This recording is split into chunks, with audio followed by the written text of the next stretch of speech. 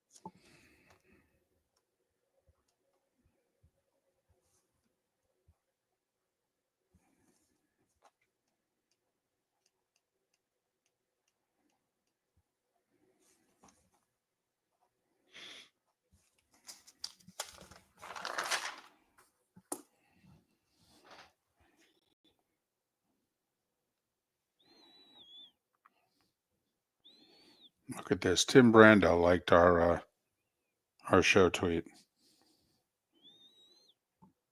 It's an interesting dude. Must have been up this morning. Yes, he's on his way to Jersey. He's doing Seton Hall Rutgers tomorrow. What did he like? He must have liked your retweet. He didn't like our tweet. Oh, okay.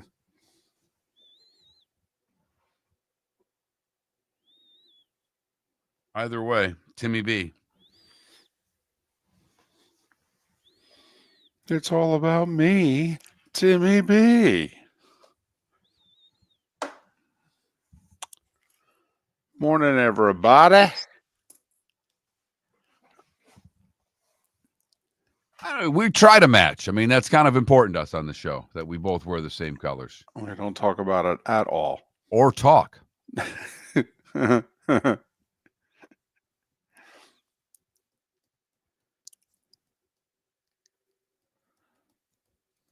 Did you watch any of the presser? No. That's a good question. I mean, Thanks. not live. But I mean, just the little things. That's a good question. Right. Thank you, David. I mean, just Yep. Eve was getting mad at me because he's being nice to the reporters, and I'm talking. She's, you're not even listening. I'm like, I don't care what he says. He was just nice to a reporter. It's not going to last long.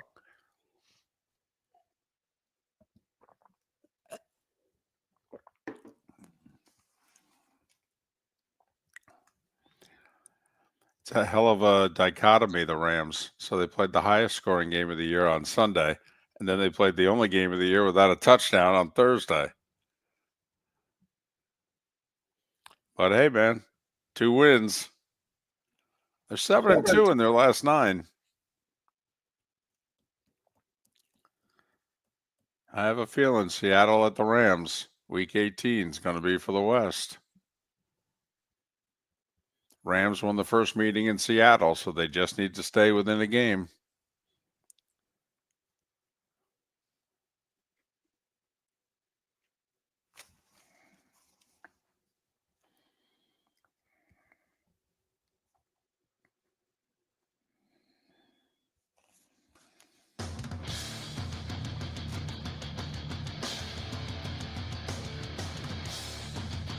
You're listening to Miller and Moulton, coming at you from the Floormeister Studios. Floormeisters, keeping it real. And now, here's Mark Miller and David Moulton. Top of the morning to you on this Football Friday. Football Friday. How the heck are you, Miller and Moulton? MillerandMoulton.com, Miller_Moulton on X. Hope you've had a good week. Thanks for spending part of it, even if this is the only part with us. We thank you. Less than 2 weeks until the big fella tries not to get stuck down the chimney once again. We're less than 3 weeks away from 2025. And We got some matchups this weekend, baby. Heavyweight matchups. Let's go. Let's go. Starting with my favorite game of the year tomorrow. Yep, that's right. Army-Navy. I'll be crying like a baby at about 2:58 p.m. What is it they go through the preamble, if you will, to the Army-Navy game? Because The march on? Yeah. Yeah. So the march on, and it's, I mean, as you would expect, when they say they're marching on the field at 12:20, they march on the field exactly at 12:20. And it takes a certain amount of time to march on. And they march on and they hold it, and everybody takes the pictures and they applaud. Okay. And then they march off. And then the other unit marches on and they hold. And I will say, when the field is full with midshipmen or cadets, it is quite impressive. It really is. And I love watching the people in attendance and the reverence that they have for the young men and women who are defending our nation. I know it's trite. I know it's cliche. If you can, and they are very difficult tickets to get a hold of. If you ever get the opportunity, all right, and you do not have to be, this great patriotic person. You don't have to be someone who has connections to the military. I challenge you to not be inspired during that afternoon. I challenge you. Okay. You come away from it feeling as if we are better off than I thought we were when the day began. You do. And you come away with it thinking that, you know what? This dream called America has a little something to it. It really does. It moves me. I can genuinely say that. And then before the game, I always think of my grandfather and a little bit of my father. They were both in the Army. Grandfather and, the big one. He laid the communication wire, which I said, so how dangerous was that job? He said, well, you got to remember back in the 40s, okay, to communicate from point A to point B, you had to lay the wire. So I had to go out ahead of the troops and lay the wire because that's where we were going. I go, oh, so you didn't have any cover? He goes, no, not a lot of it. No. I go, oh, that sounds dangerous. Oh. He goes, yeah, it was. And that's about all he would ever talk about it. So I think about my grandfather a lot, but also, and, you can have your favorite networks and your favorite broadcasters and what have you. CBS does a 5 to 7 minute open that they spend months on. And they usually find a theme, a story. It could be one person. It's usually a family, one from Army and one from Navy. And they will produce the best 5 to 7 minutes of sports television that, quite frankly, CBS does all year. And it gets nominated for an Emmy just about every year, and it has won multiple times. And by the end of it, and usually I don't make it to the end of it, I'm just crying. I have to turn away from Gary because Brad and Gary are getting ready to do the open, and I'm within 4 feet of them. And I have to turn away from them because, it doesn't do Gary any good to see, his assistant there just bawling like a baby. Just curious, because you come on and do that. Does the march air on CBS Sports Network? Do they Yes. do any? That's where they place all that, right? CBS Yes. Sports Network, where you can see the march in. Yeah, the network made a decision, because there's a lot of talk about it, and so it was like, hey, well, why don't you show it? And CBS said, it's not a bad idea. And so it's the pregame show, I believe. It's Adam Zucker and it's Neuheisel and Aaron Taylor and usually a member from the armed services or two. And yeah, we show the march on.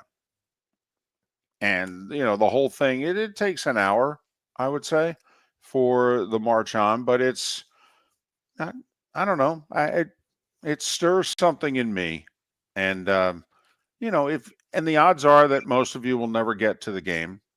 So, and most of you may have never watched anything on CBS Sports Network before, but if you can't get to the game, try to find that hour. And it usually takes place about 2.5 hours before kickoff too.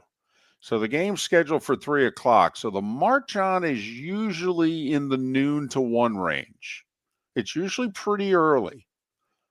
That's why the crowd at that game shows up earlier than the crowd at most games. Never mind the fact that now the president-elect is going to be there.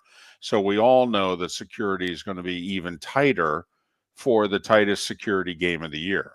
Late decision there for the president-elect to show up at the game, huh? Yes. And now my understanding is he's not coming to the booth, but his suite is close to the booth. So security is going to be high and tight. That's the scouting report we've gotten. High and tight security, huh? High and tight security, meaning a lot Security's of them. throwing fastballs. They're throwing them up and in. We'll just put it this way. Expect when this will be the third or fourth. Okay. For me, it'll be the third time that either a president or a president-elect is at the game. And President-elect Trump was at the game 8 years ago that we did. And when a president or president-elect is at the game, there's usually an extra layer of security. Usually it takes 3 layers of security to go through to get into the game in the booth.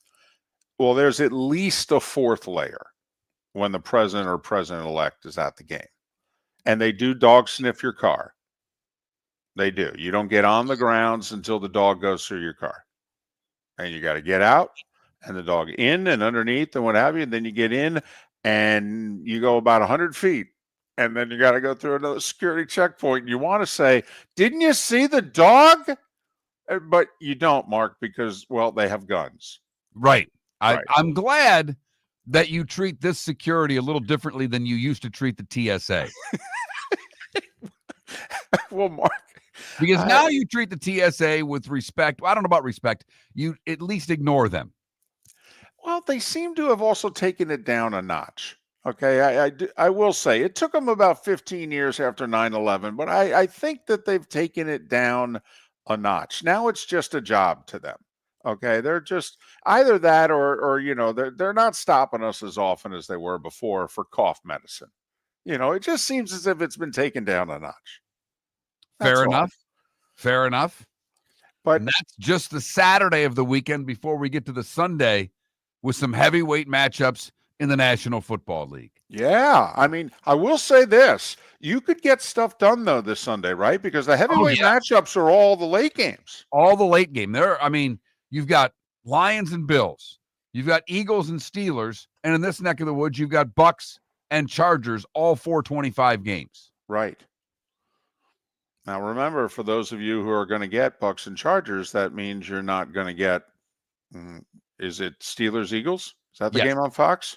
Yes. Right. So just remember, you may have to make plans.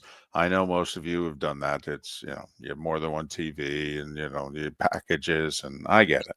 Just trying to be polite, just for some of you. I'd hate for somebody to all of a sudden turn the TV on at around 4:00 and go, what the? They just don't want to ruin your day. Make your plans accordingly. I don't know if the wife's ready for it yet, though, but I'm planning on putting the volume of the Lions-Bills game on, not the Steelers-Eagles game. Oh, my goodness. Do you have that much, hand? I don't know. We're going to find out, David. We're going to find out a lot Sunday at 4:30 in the Miller household. I was going to say, do you, are you going to pull the standings and just say, don't know what to tell you, honey, 12-1 beats 10-3. Got to accept your place. Okay. Look at her and go, hey, if this were college, we have the first round bye. You're hosting a game. Don't know what to tell you. I'm going to see how much hand I have on Sunday, and I will let everyone know via X early in the game if I have won or lost. Wow. Are you going to announce it beforehand, or are you just going to try to sneak it through and then see how it goes? I'm going to just try to sneak it through, David. I'm a very, very pathetic man. I am not going to make any I made a bold announcement on this show because I know one thing for certain. She's not listening. No, never, ever. Nor over the years, what has happened in the past is that people close to my wife, will listen and information will get to her. It doesn't seem as if there's anyone in your wife's inner circle who rats us out, really rats you out. Occasionally, and I've said it on the show before, my wife's a veterinarian. Occasionally, there are clients of hers who listen to the show who have ratted me out. No. Come on now. Well, they don't even know me, though. They listen to the show. They come in. Oh, they put one and one together. And then they'll say something like, oh, I heard he's going to put the Lions game on with the volume this week instead of the Steelers game. And then she comes home and says, what were you talking about? What are you talking about? Talking about you. That's what we were talking about. We were talking about you. Okay. That's when you come up with something. Did he say, how terrific I said you were? No? Well, then you don't listen to your clients. Just take their money. Okay, Pookums, Snookums. Pookums? I don't know. Watching too much of that Rams game last night, huh? What just, that's something. You play in the highest scoring game of the year on Sunday, and then you play in the only game of the year without a touchdown on Thursday. But you win them both. So what do you care? They don't. Climbing right back in the NFC West divisional race. Damn right. And put a nail in the coffin of the 49ers. 49ers. Got that right. Look at that. 4 out of the last 5 NFC championship games. Hell, they may have a 4th place schedule next year. And did we just watch their window shut last night? I think the window shut so hard, the window may have broken. Like the glass to the window may have broken. I think that's how hard it shut last night. Deebo Samuel doesn't really want to be on the team next year, does he? I mean, can he just drop any more passes this year? Complain about not getting the ball. Okay. They get him the ball in big spots. Unbelievable. Miller and Moulton on a Football Friday. Football Friday. Yeah. We'll make our picks next hour. Thanks so much for listening. We started our show 18 years ago and have been fired 3 times. But Miller and Moulton have never lived on the edge like we are now. We have our best morning ratings ever and are steadily adding affiliates. Yet, we only have a few sponsors, and if that doesn't change, we cannot continue. But if you want to advertise on Miller and Moulton, reach out to one of us directly by texting sponsor to 21,000 or by contacting me on X at @MarkMiller or David at @DavidMoulton. You can save Miller and Moulton and make your business some serious money by texting 21,000 now. American Paint Supplies, for nearly 30 years, is your one-stop shop for all your coating needs. If you are a designer, a contractor, a professional painter, or a weekend warrior, American Paint Supplies is the place where experts go to get expert solutions. At 6100 Shirley Street in Naples off of Pine Ridge, American Paint Supplies delivers the best solutions with the best products with the best support. Meet Gene and his team today at American Paint Supplies. Call 239-566-2700. That's 566-2700 or online at AmericanPaintSupplies.net. Visit Jason and Todd at the Diamond District. Christmas is almost here, and Thursday the 12th through Sunday the 15th, Jason and Todd at the Diamond District are giving you an extra gift. They're liquidating lab-grown diamond jewelry, diamond studs, tennis bracelets, earrings, and more. All 50, 60, even 70% off. The Diamond District has been your trusted source for natural diamonds for over 20 years, and because they love all diamonds, Jason and Todd now have lab-grown during their liquidation sale. Gentlemen, as your wife mentioned getting new flooring, but you don't want to go through the hassle, well, go see the Floor Meisters in Naples next to Costco. They understand your time and money are important, so they'll make it as painless as possible. With a huge in-stock selection of carpet and Cortec, they can get you the floor your wife's been asking for. They carry wood, vinyl, carpet, and tile. If you do it yourself, no problem. They can handle that as well. So go see TJ at the Floor Meisters and tell them, just keeping it real. This is Miller and Moulton.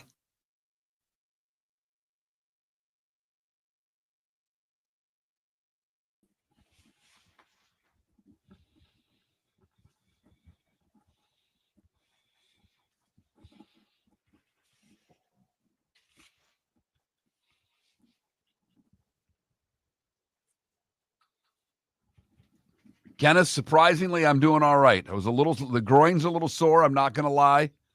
A couple of those smooth moves I had stretched some areas that aren't used very often. But all in all, I feel better. My wife played. She's in worse shape than I am. That's the best part. What are you going with there? That's a large. Is that a sandwich? Pepperoni pizza. Oh, it's just folded over. Okay.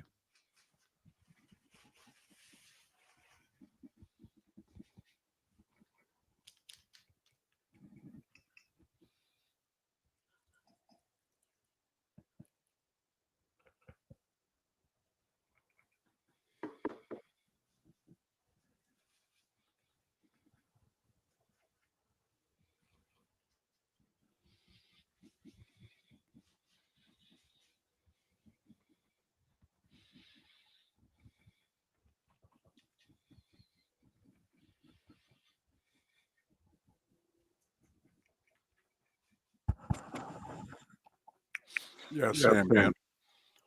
I mean, if you win Sunday, it'll be very difficult to not make the playoffs. In fact, I wonder if you clinch a spot if Houston beats the Dolphins and you win. I mean, I guess since he can finish 9-8, I mean, but yeah, I mean, it's possible that all 7 playoff teams in the AFC could be determined by Sunday night.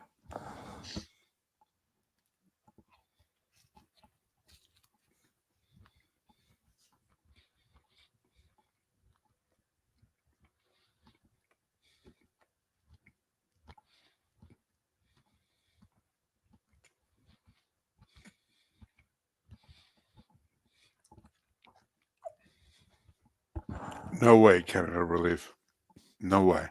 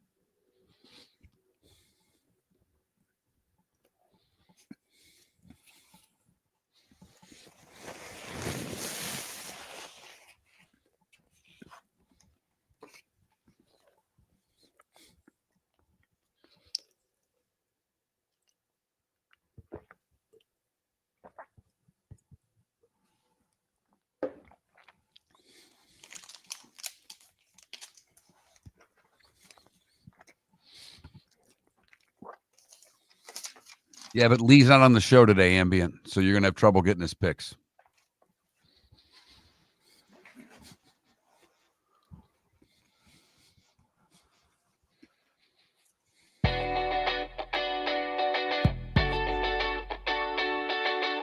You're listening to Miller and Moulton. And now, here's Mark Miller and David Moulton. 21 minutes past the hour. They're starting 5 in a little more than 15 minutes. Steve Carney in a little more than an hour.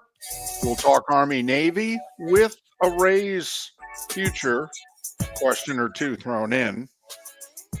Pat Kirwan and Dr. Roto in our 8 a.m. Eastern hour here on Miller and Moulton.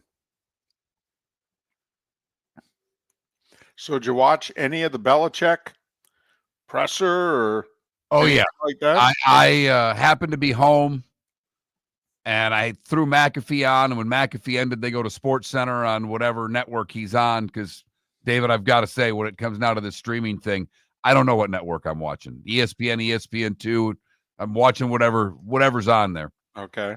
And they go to Sports Center after, and they go to the presser. And I couldn't take my eyes off it. He was so nice to all of those reporters. He smiled, told a couple of them, good question.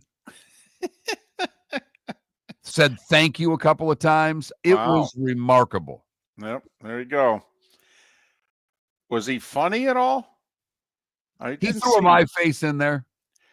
He Yeah, I thought the only line that he had was that, word was growing up. My first two words were beat Duke. Yeah. Right. That's okay. Back to the office. There we go. I mean, I didn't think he had Carolina blue on, though. I thought he did. He had the shirt that was Carolina blue and the tie had Carolina blue in it. Yeah. Okay. All right. I thought it was just maybe a little, his shade was a little too dark. I thought, but okay. All right. I mean, I'd like to think that, the girlfriend, in between classes could have headed to the bookstore. They presented him with a hoodie at the start of it. And Bubba Cunningham had his sleeves cut off of his jacket that he put on. That was cute. As if to say, I wanted nothing to do with this, but now I'm on board. Right. What was with the number 38? That was his dad's sweatshirt. I did not know that. Okay. His dad coached at North Carolina for a couple of years before coaching at Navy for all those years. Right. 53 to 55. I think his dad was at North Carolina. Bill was in, pre-kindergarten then. So, okay. All right. That's good to know. That's a good piece of investigating there. Research by the North Carolina Athletic Department, Sports Information Department. Way to go. Bill would appreciate that. But I just found it hysterical how nice he was to the media. Well, hell, that's all he's done for the last 11 months. I understand. But he did, he kind of said, even though he never said these words, but, when they ask him, why are you doing this? That I love coaching. He kind of implied I didn't like doing the media all that much. I want to get back where I don't have to deal with any of you and answer stupid questions, and I'm the one responsible for everything that's going on. Although my understanding is he is going to fulfill his media obligations for the next month or so. I thought that came out yesterday, that he will do all his, Manning cast, McAfee, he will do all that, because if you think about it, I mean, if you're a college coach, what are you always trying to do? You're always trying to get on television. You're always trying to get the word out about you, your program. You want to come here, visibility, blah, blah, blah. And he's 100%. Got it. And he ain't giving it up. Never mind the fact that he still gets to cash those checks. 100%, David. And I think the former more than the latter, because I don't think he needs the money, but he'll obviously going to cash the checks. But I do think it allows him to have a public service announcement for North Carolina every week on all of these programs. Why wouldn't you do that? What are they going to ask him about? North Carolina. What's he going to wear when he's doing these interviews? Probably something that has UNC on it. I don't know if that's a good color for him, though. I got to be honest. I mean, you got to be able to pull it off. I don't know. He's going to have to dye the hair consistently, I think, if he's going to pull off the Carolina blue. Although, if you think about it, the blue and gray goes well together. Maybe he lets it go. Yeah, he might just let it go. Maybe he should let it go. He'll probably do whatever his girlfriend tells him to do. Well, he's got to dye it for her. That keeps him looking in his 60s, not in his 70s. Right. We're not going to have too much fun with this, are we? No, I don't think so. No. Can't wait. I'm not going to yell go Heels because I'm not a Tar Heel fan, but I'm watching. I'm all in. It's like when we had Josh Graham on yesterday and we asked him, so you're all in on this, right? He goes, for the content alone, yes. How can you not be? I did find one interesting factoid, though. So apparently he has a $10 million buyout, which is reduced to $1 million in June. Not of 2026, of 2025. What is that all about? Well, especially when you're asked the question about leaving and he says, I didn't come here to leave.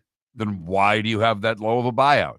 Well, in 6 months. Right. I mean, not in 18 months. Not if, he has a back door where if an NFL job, if the Giants give Dable and Shane one more year and then decide no, and, John Mara calls that Bill can go, yeah, I mean, I like North Carolina, but not this much. Do you think, how many of the 5 years do you think he will coach? Over under 3.5. Under. Over under 2.5. Over. Yeah. And I'm being, this might get a little gooberish here. What on the field drove Nick Saban crazy were some of the college rules, particularly how offensive linemen in the NFL, you can be a yard beyond the line of scrimmage. And anything more than that, you're a legal man downfield. So all this RPO stuff in the NFL is harder to run because the linemen can't get downfield. Where can't they get? They can't get their hands on the linebackers in the NFL. In theory, they can only block what's right in front of them. In college, they give you 3 yards. And the officials oftentimes let you go 4.5, which means the offensive lineman on an RPO play can get to the second level of the defense. Well, it's almost impossible to play defense when they let you do that. And it drove Nick crazy. I mean, that was Gus Malzahn in Auburn, and it drove him nuts. And he wanted to get the rules changed and couldn't, and then he had to try to fight fire with fire. But he hated it, the defensive guy in him. He's like, how am I going to stop anybody? I'm going to give up yards. I'm going to give up points. And it drove him and to some extent Kirby crazy. Well, I think the college rules are going to drive Bill crazy. Bill's going to be like, oh, come on, what the heck? And it's like, yeah, Bill, center can block the linebacker. Okay, and we still don't even know if it's a run or a pass. That's just kind of part of our charm. I just wonder if he's going to like the college game. All right, Gary's explained it to me a lot, the difference in the hash marks between the pro game and the college game, that it makes things very different. And as X and O and wonky as Bill is, whether or not he'll like the wider hash marks. And whether or not he'll be able to take advantage of them. I mean, Right. That's the other side of it. Does he think that his expertise is such that these little nuances between Saturdays and Sundays show him areas where he can take advantage of on defense or on offense for that matter? So I'm curious how much he's going to enjoy the college game, the actual on-the-field game compared to the Sunday game. And there's so many things to look forward to before that. Just the spring game and everybody out there going nuts for him. The ACC media days when he's going to have to go on every podunk radio show one after another. Right. All day. Right. All day.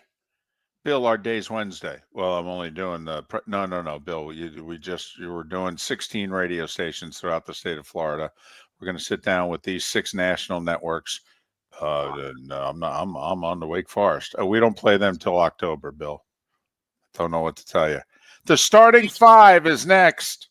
We started our show 18 years ago and have been fired 3 times, but Miller and Moulton have never lived on the edge like we are now. We have our best morning ratings ever, are steadily adding affiliates, yet we only have a few sponsors. And if that doesn't change, we can't continue. But if you want to advertise on Miller and Moulton, reach out to one of us directly by texting sponsor to 21,000 or contact Mark on X at that Mark Miller or me at the David Moulton. You can save Miller and Moulton and make your business some serious money by texting 21,000 now. The Cape Coral Police Department is growing. They are currently looking for police officers and are offering a $10,000 signing bonus to newly hired officers. If you desire a career in law enforcement, or if you are already in law enforcement and thinking about making a move to a better agency, think Cape Coral Police Department. If you're looking for a police department that is committed to excellence, that invests in the highest level of training, state-of-the-art equipment, and some of the highest compensation in all of Southwest Florida, then the Cape Coral Police Department is for you. Visit capecops.com. That's capecops.com. The world-famous cigar bar started as a neighborhood place in downtown Fort Myers, and now it's a brand, a destination, with 4 locations. The original place, Henry Street, Fort Myers, Gulf Coast Town Center, on Southeast 47th Terrace off the Cape Coral Parkway, and the Lounge on West 1st Street in Fort Myers. A place to go, whether you just need a relaxing drink and a smoke after a tough day at work, or a place to go celebrate. From relaxation to celebration, the world-famous cigar bar. Mark Miller for Molly Maid. Why Molly Maid, you ask? Trust. Moulton was a customer for 15 years. Affordability. Didn't I just say Moulton was a customer for 15 years? Worry-free services. Our professional house cleaners are fully insured and a 24-hour warranty. Call Molly Maids today at 239-774-5839. That's 239-774-5839 or online at mollymaid.com/FTMYERS. That's mollymaid.com/FTMYERS. This is Miller and Moulton.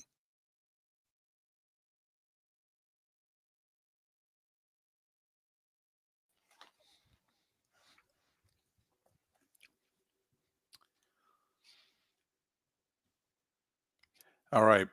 Let me explain to you how it works, ambient, and if anybody else is interested. So you pull up to the gate, and the first level of security is your car. Got to get out. They do the car. Then you go through, they take you and you go to the side and they wand you and they go through all your stuff, and then you go through the metal detector. So in theory, you've had 2 levels of security. We're not through the gate yet. You get in the gate, you get in the car, they open up the gate, you go, you park, and then to enter the stadium, you go through another level of security. They go through your stuff, you go through the metal detector. So in theory, you've gone through 3 levels of security. You're now into the stadium. When the president or the president-elect is there, and especially if they're coming to the booth, you go to the level where the booth is. You get off the elevator. They're waiting for you. The Secret Service was in front of our booth in 2011 at FedEx, which is where the game is tomorrow. We got to the stadium between 10:30 and 11 in the morning for a 3 o'clock kickoff. The Secret Service was outside our booth waiting for us. And they inspected every single one of us individually before we could enter the booth. You could only enter the booth if you had a specific media credential, which had a triangle on it. They didn't allow the president of CBS Sports into the booth. I'll never forget. Sean McManus went to go into the booth, and the Secret Service agent stopped him and said, "Who are you?" He said, "The president's here." And he goes, "Are you essential working personnel?" I go, "Well, I'm the president of CBS Sports." And they go, "Yeah, you're not essential working personnel. You just want to hang in the booth when the president gets here. Get out." Yeah. So there were 4 levels of security when it's president or president-elect. 3 otherwise. Meanwhile, if you go to Starkville for a game at Mississippi State, you can just walk in.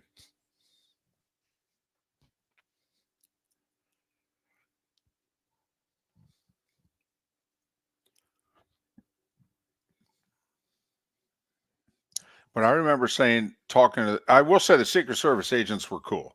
They would talk to you. And you know me, I'm doing an R&D. I'm asking a lot of questions. And I go, "So it's like 3 hours before kickoff." I go, "The president's at the White House, right?" And they're like, "Yeah." I go, "And you're here this early?" And they go, "Oh yeah, we're here before anyone else gets here." So I My favorite story you've told me about all of this, and we could almost do this on air later, is when the floor director, Katie went to fix Obama's headset. I kid you not, she almost got shot. Very quickly, Katie put her hands on the president. And the president's much taller than Katie, so Katie put her hand in the middle of his back and was basically climbing up him to grab his headset and fix it and what have you. And there's 2 Secret Service agents there, and they're heavily armed, and you don't touch the president.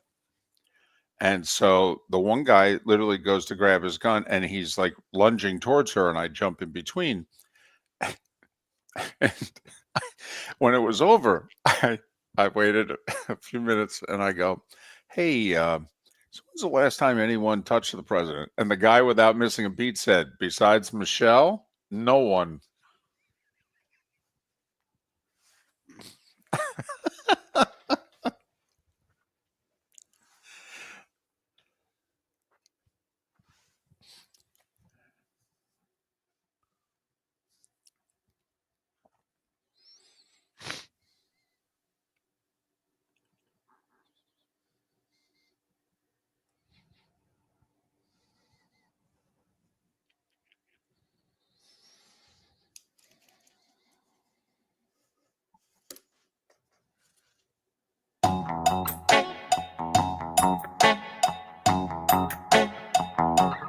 You're listening to Miller and Moulton. And now, here's Mark Miller and David Moulton. 22 minutes till the top of the hour. Miller and Moulton, millerandmoulton.com, Miller_Moulton on X. Steve Carney, 1 hour from now, we'll talk a little Army-Navy. He's got Yards and Stripes, a terrific armed services football podcast. Navy's had a good year. Army's had a great year. Combined, I think they have, 18 wins coming into this game? I think there's something like 18-4, I think, are their two combined records. 125th meeting, Mark.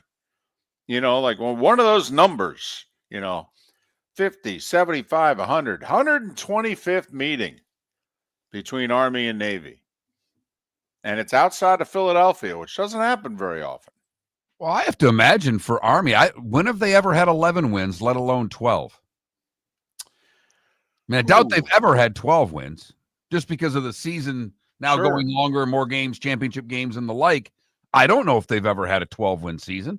I would say it's never. When Bob Sutton was their head coach in the 90s, I know they had a 10-1 season.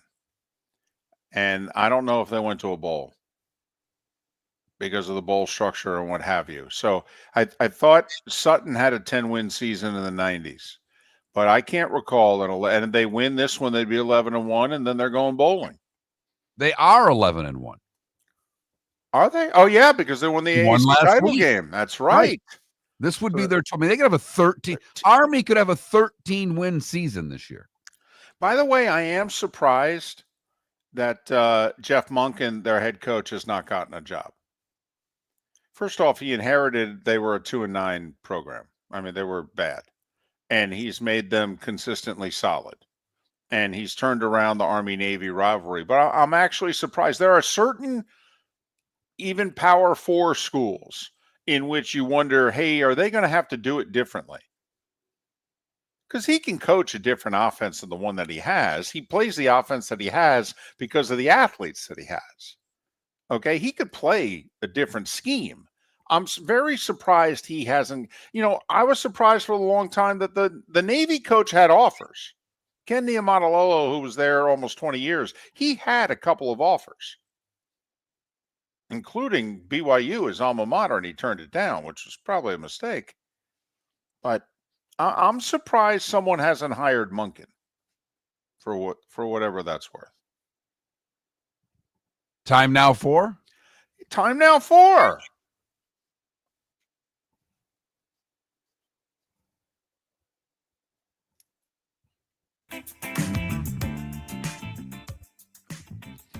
All right, let's get to it.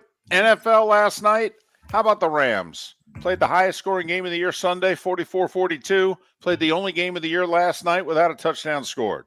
They beat the Niners 12-6. Joshua Carney with 4 field goals held the Niners to 191 yards of offense. Hey, how about that first quarter? Have you guys recovered from it if you watched it? 7 punts in the first quarter. 3 first downs, 7 punts. Huh? The NFL. Take that, Al. Yeah. Sure you want to come back for another year, Al? Other NFL news. Looks like the Saints are going to have to go to Jake Hayner to start against Washington, which is why the Commanders are 7.5-point favorites against New Orleans. Broncos with a nice signing. Their solid left tackle, Garrett Bowles, is 32 years old, but he was going to be a free agent at the end of the year. I have to admit, I just watched him go one-on-one with Myles Garrett for most of the night, and he was really good. They signed him to a 4-year, $82 million extension. Good for him, good for them. Raheem Morris, Falcons head coach, reiterated Kirk Cousins is the starter, okay? We are not going to put Michael Penix in, quote, too early, unquote. And then he said, we'll know, quote, when it's time, unquote. Okay. Falcons have lost 3 in a row. Cousins, no touchdowns, 8 interceptions in his last 4 games. Actually, I think they've lost 4 in a row. And now they're a game behind Tampa Bay in the South. Bill Belichick introduced as the head coach of the Las Vegas. Tennessee. the University of North Carolina. That's right. Chapel Hill. What? 5 years, $10 million a year. Only 3 of the years guaranteed. He has a $10 million buyout for 6 months. In June, it's all the way down to $1 million. So basically, if he decides, this sucks, he could call McAfee up and say, hey, pay my buyout, will you?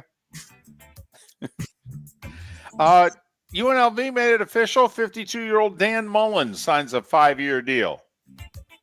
And he said, hey, I'm going to pick up where Barry Odom left off. We're a game away from the playoff. Let's go. All right. Hey, here's a suggestion, poll question. Who makes the playoff first? Rich Rod at West Virginia, Mullen at UNLV, Belichick at North Carolina. Huh? Want to throw in Napier and the Gators?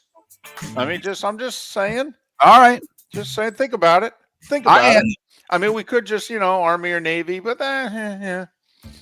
Ohio State AD Ross Bjork was asked about Ryan Day's status, and he goes, he's absolutely going to be the coach next year. Okay, we'll see. It's impressive. Haven't played Tennessee yet. Also, it's impressive that the AD is speaking as if he's the authority on this. Right. That's cute, isn't it? All right. He actually think he has the last word on this. Because trust me, when they decide it's time, you ain't going to have any word on this. Travis Hunter wins the AP Player of the Year. He received 26 of the 43 votes. The Heisman's tomorrow. He is the favorite. Missouri had a 5-star defensive lineman, Williams Nwaneri, transfer after his freshman year to Nebraska, which is interesting also because Nebraska's defensive staff just got up and went to Florida State. Baseball. Juan Soto, introduced by the Mets, said the Yankees did everything they could. Just didn't have enough money on the bottom line. Right. I'm going to where the most money is. Right. And then, he talked about, the Mets and a family feel and, the Cohens and, the video they sent. His one line, David, Soto said the dynasty that the Mets are trying to create. Right. When you leave the Yankees, who have been a dynasty, to say that the Mets are becoming a dynasty, that was the one that I went, oh, boy. Right. Who wrote this speech for you? Right. Mets and dynasty. What? Right. You were with the Yankees, the greatest franchise in North American sports history. One other thing he did say, though, he was asked, hey, have you talked to any of your former Yankee teammates since the World Series? And he said no. Now, Judge had publicly said he was leaving Soto alone. He had pressed him during the year and what have you. He was leaving him alone. He goes, I went through this last year. I didn't want people calling and hounding me. Judge had publicly said I left him alone. And Soto disclosed, it's basically once I walked out of Yankee Stadium, I haven't talked to anybody.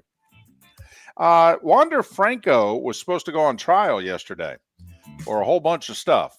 Well, Mark, the prosecution's got a problem, see? They have 36 people they want to call as witnesses, and only 3 of them showed up. So they said to the judge, hey, do you think we can get an extension?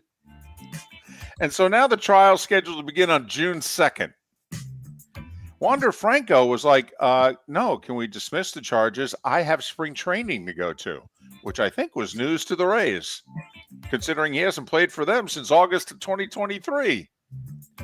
You know, he is only 23 years old. I know. What if he beats the Chargers? Anyway.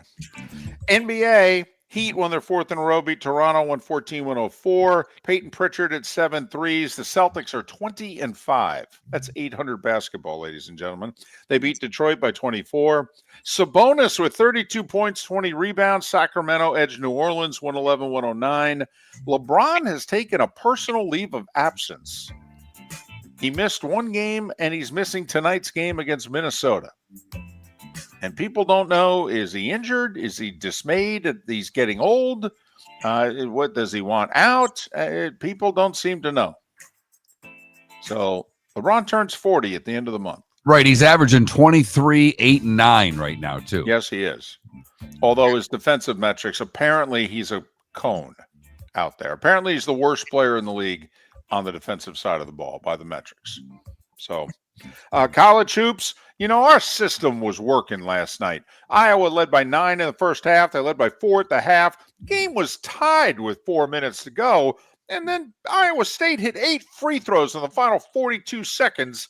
And we're getting 6.5 with Iowa, and Iowa State won 89-80. What the heck? Way to go, McCaffrey. Thanks, Fran. Virginia beat Bethune 59-41. Women's hoops, good matchup. UConn and Notre Dame, and they don't like each other. Used to be in the same conference. And Notre Dame beat them. UConn was undefeated, 79-68. Hockey, Lightning scored 4 in the third to beat Calgary 8-3. Kucherov with a goal and 5 assists. Who gets the first star? Getzel had a hat trick. Kucherov at 6 points. Kucherov. Getzel, by the way, with 16 goals. They signed him to replace Stamkos. It's worked out pretty well from a goal scoring standpoint. Yeah, it really has. Vancouver got 27 saves from Lincoln in a 4-0 shutout of the Panthers. Winnipeg, they keep losing after that 15-1 start. 3-2 to Vegas in overtime. Jersey beat the Kings 3-1. And Mark, I wanted to make you feel better because I know you wanted your Red Wings to hire Jim Montgomery. St. Louis lost at home to San Jose last night. Yeah, it's all right. Detroit lost to the Flyers. 4-1, in fact. They did, yes. Golf, the Skins game. Remember the Skins game? It's coming back. Hasn't been played since 2008. Black Friday of next year, we're going to have the Skins game on television. 12 former Ryder Cup captains reportedly have sent a letter to the PGA of America urging them not to pay the players. You said you want to give more money for the charity? Fine. They should not be paid, according to 12 former Ryder Cup captains. And did you hear about this Q School round yesterday? All right. It's at TPC Sawgrass. It's not at the one where they play the players. It's at a side course. It's called Dyes Valley. It's a par 70 in Ponte Vedra Beach. And it was cold, 40s and 50s, very windy yesterday. And Corey Sean shot a 9 under 61. And he is a journeyman pro who's played on like 4 different continents in the last 2 months. He has a 5-shot lead at Q School. Top 5 earn their PGA Tour card. Next 40 earn status on the Korn Ferry Tour. And one other story that I don't know if anybody's paying attention to. It is war off the track in NASCAR. So there's like, I think, 13 teams in NASCAR. And NASCAR gave all the teams basically an ultimatum in mid-October. Sign this contract to continue racing next year, or none of you get racing charters, and basically you can't field the team. And 11 of the 13 teams signed. They weren't happy about it. They publicly complained, okay, but basically they caved at the last minute. Well, Front Row Motorsports and Michael Jordan's race team didn't cave. They didn't sign, and they're suing NASCAR for antitrust violations and what have you. Well, NASCAR, is not giving them full status for this year. Their drivers have to qualify for every race. And even if they do qualify, they're not going to earn the same number of points as everybody else. That's number one. Number two, Tony Stewart's race team fell apart, and he had 4 cars. Well, other teams can purchase those spots, if you will. They're called charters. Well, Michael Jordan's team had a deal in place to buy a charter. Front Row Motorsports had a deal in place to buy a charter, an extra car. Okay, these deals had already been announced that they were happening. Yeah, Front Row Motorsports came out yesterday and said, yeah, NASCAR's going back on the deal. They basically said to us, drop your lawsuit, we'll give you that charter. They said, what are you talking about? We did the deal back in September. NASCAR's like, I don't know what you're talking about. This is war. That either Michael Jordan and them, they're going to be out of the sport in a year, or Michael Jordan's going to change NASCAR forever because they're going to court. And Michael Jordan's essentially trying to break up the monopoly. This is fascinating, and this is down and dirty. And at 7 minutes before the hour mark, that was the starting 5. 5 big stories you need to know here on Miller and Moulton. Down and dirty, huh? It is. It is nasty. Kind of like the Steelers-Eagles game's going to be. That's going to be down and dirty. Kind of like the Rams-Niners was last night. I mean, rain, the slop. I mean, it was down and dirty. It was. Ugly, boring, awful, but down and dirty. Miller and Moulton. Whether you're chasing peak performance, reigniting intimacy, or simply want to feel your best, Game Day Men's Health creates customized game plans to optimize your health. Call 239-427-3441 for our Bonita Springs and Naples location to set up your free testosterone test and consultation. Mention Miller Moulton Radio Show for 10% off your service. Find your maximum self with Game Day Men's Health, Bonita Springs and Naples, Florida. Call 239-427-3441 today. American Paint Supplies, for nearly 30 years, is your one-stop shop for all your coating needs. If you are a designer, a contractor, a professional painter, or a weekend warrior, American Paint Supplies is the place where experts go to get expert solutions. At 6100 Shirley Street in Naples off of Pine Ridge, American Paint Supplies delivers the best solutions with the best products with the best support. Meet Gene and his team today at American Paint Supplies. Call 239-566-2700. That's 566-2700 or online at AmericanPaintSupplies.net. Gentlemen, as your wife mentioned getting new flooring, but you don't want to go through the hassle, well, go see the Floor Meisters in Naples next to Costco. They understand your time and money are important, so they'll make it as painless as possible. With a huge in-stock selection of carpet and Cortec, they can get you the floor your wife's been asking for. They carry wood, vinyl, carpet, and tile. If you do it yourself, no problem. They can handle that as well. So go see TJ at the Floor Meisters and tell them, just keeping it real. The world-famous cigar bar started as a neighborhood place in downtown Fort Myers, and now it's a brand, a destination, with 4 locations. The original place, Henry Street, Fort Myers, Gulf Coast Town Center, on Southeast 47th Terrace off the Cape Coral Parkway, and the Lounge on West 1st Street in Fort Myers. A place to go, whether you just need a relaxing drink and a smoke after a tough day at work, or a place to go celebrate. From relaxation to celebration, the world-famous cigar bar. Wine glasses never fall over until you get a brand new rug. Oh, no! Ketchup bottles act normal till you're wearing a new shirt. Oh, you kidding me? And rocks slide peacefully on the road till the day you get a brand new windshield. Then they fly up off the road and attack without mercy. That's why new windshields from Glass Doctor come with our windshield protection plan. Unlimited repairs and 1 replacement for 12 months. Don't just fix it, protect it. Glass Doctor, a neighborly company. Do you have a sleep problem but don't want to wear a CPAP mask? This is Mark Miller for Sleep Treatment Direct. The mask wasn't working for me, and I didn't think I had an alternative. I do. We all do. They have such simple alternatives with greater success than the mask. Visit sleeptreatmentdirect.com. That's sleeptreatmentdirect.com. And if you are like me and your CPAP machine isn't working for you, it's time for a change. Call 239-444-1741. That's 239-444-1741. Sleep Treatment Direct. Sleep safe and sound. This is Miller and Moulton.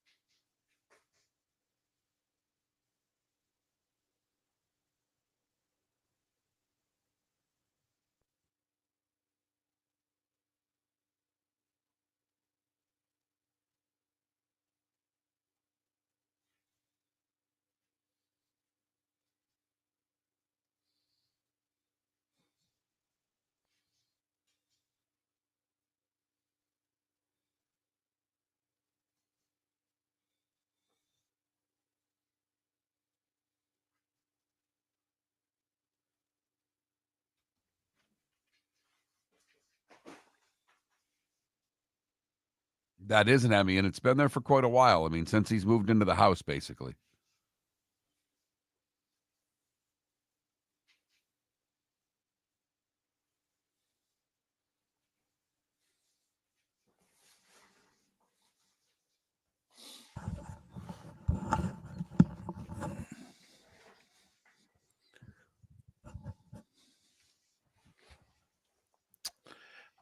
It is an Emmy, not a new edition. Been there for, boy, when did we?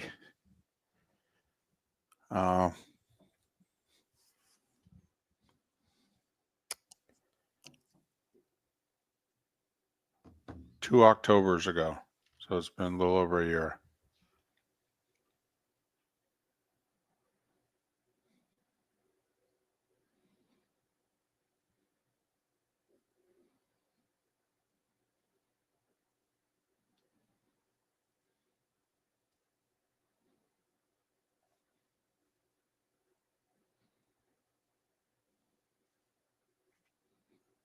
Yeah, my big head blocks it.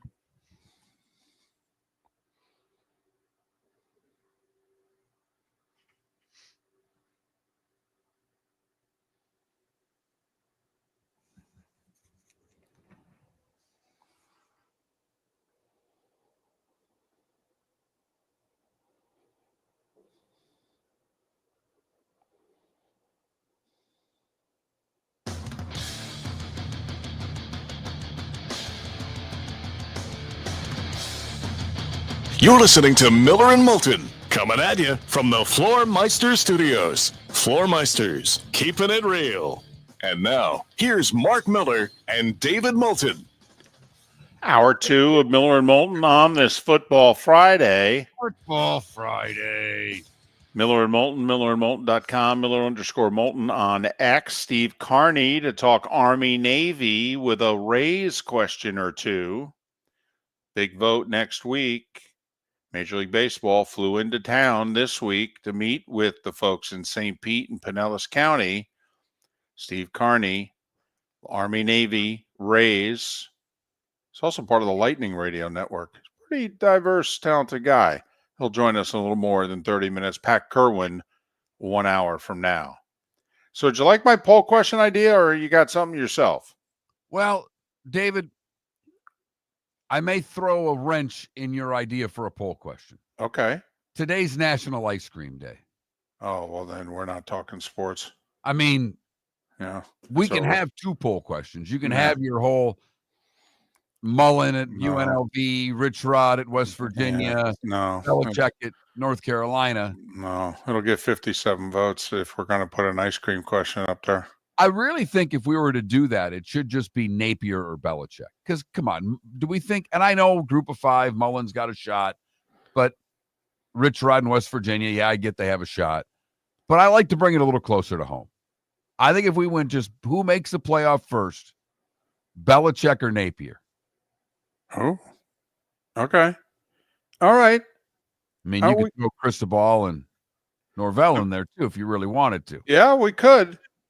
If We wanted could. to add a high level of snark to our poll question today. Well, we're into snark on this show.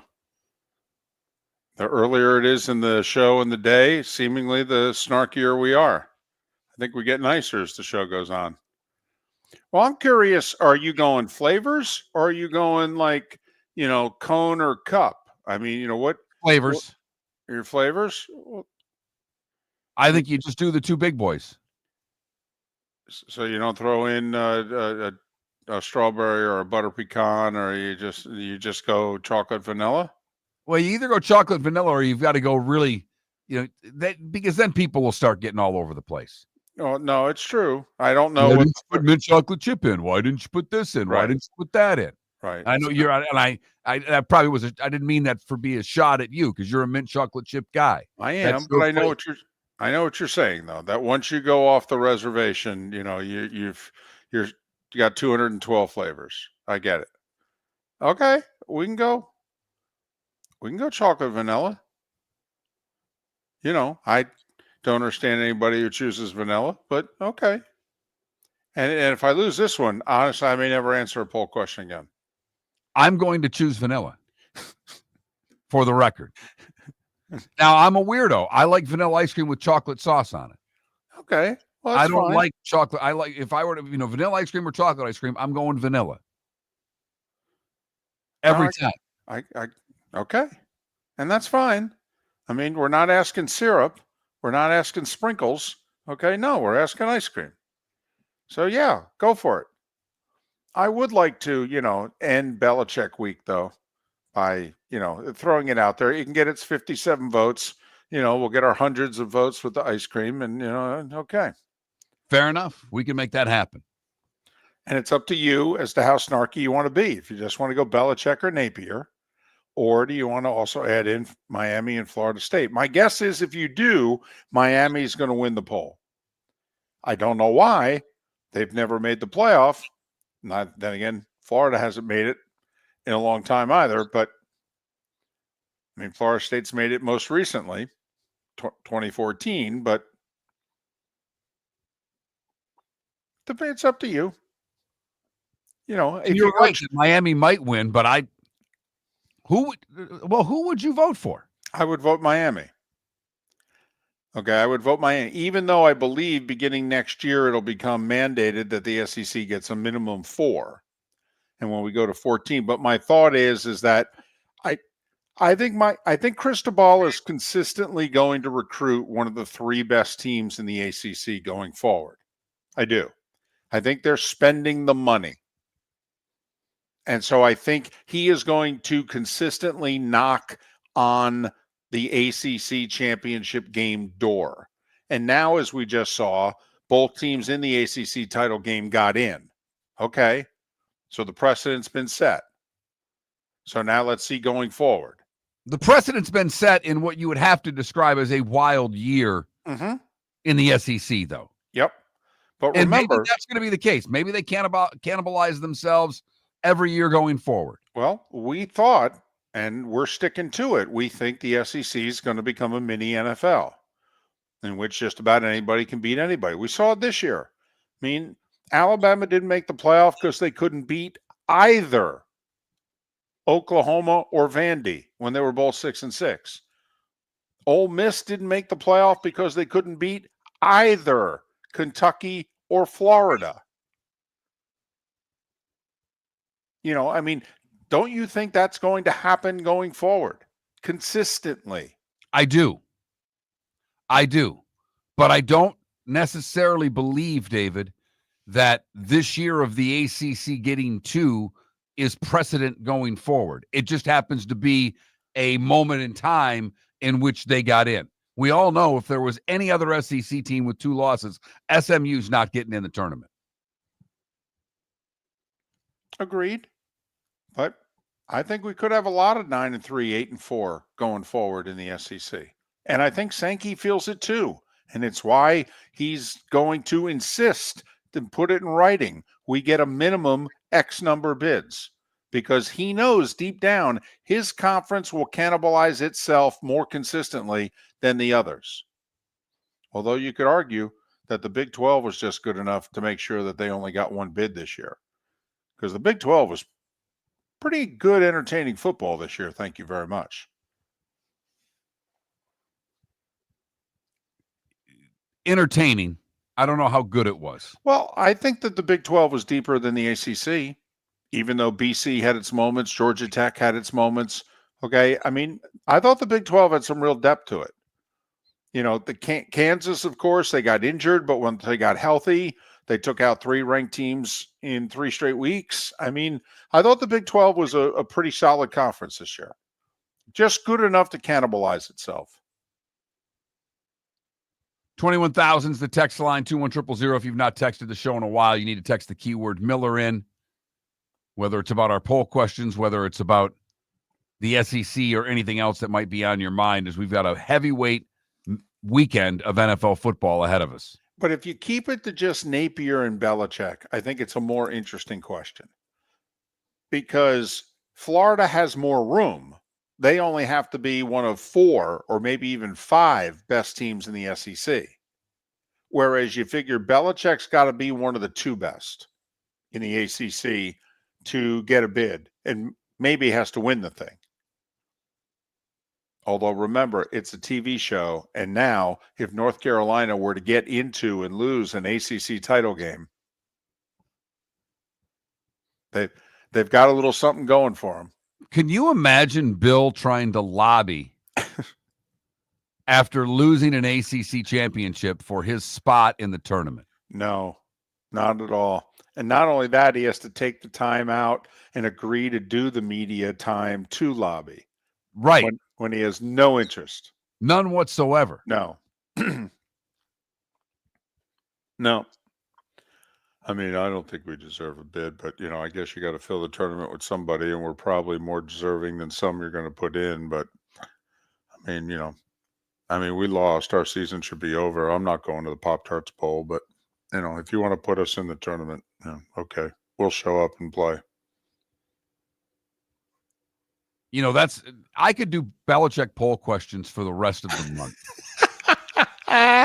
What bowl game do you want to see him playing more? The Duke Mayo Bowl or the Pop-Tart Bowl?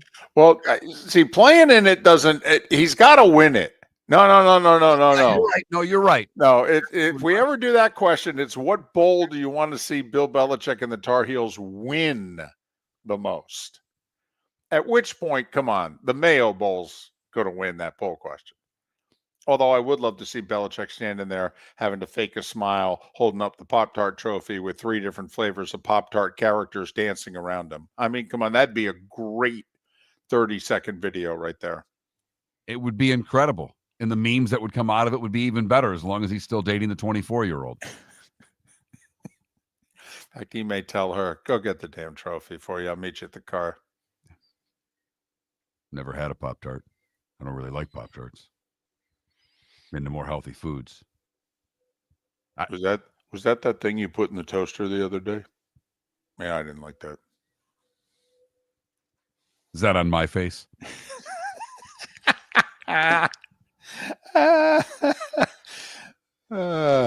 So there you have it. All right. I guess we're going 2 different poll questions. Belichick or Napier? Who makes the playoff first? All right. I mean, we could also throw out C, neither. That in theory, Belichick during his time at North Carolina never makes it, and Napier, will get fired here in the next few years if he doesn't take it to a different level. Well, there's no doubt.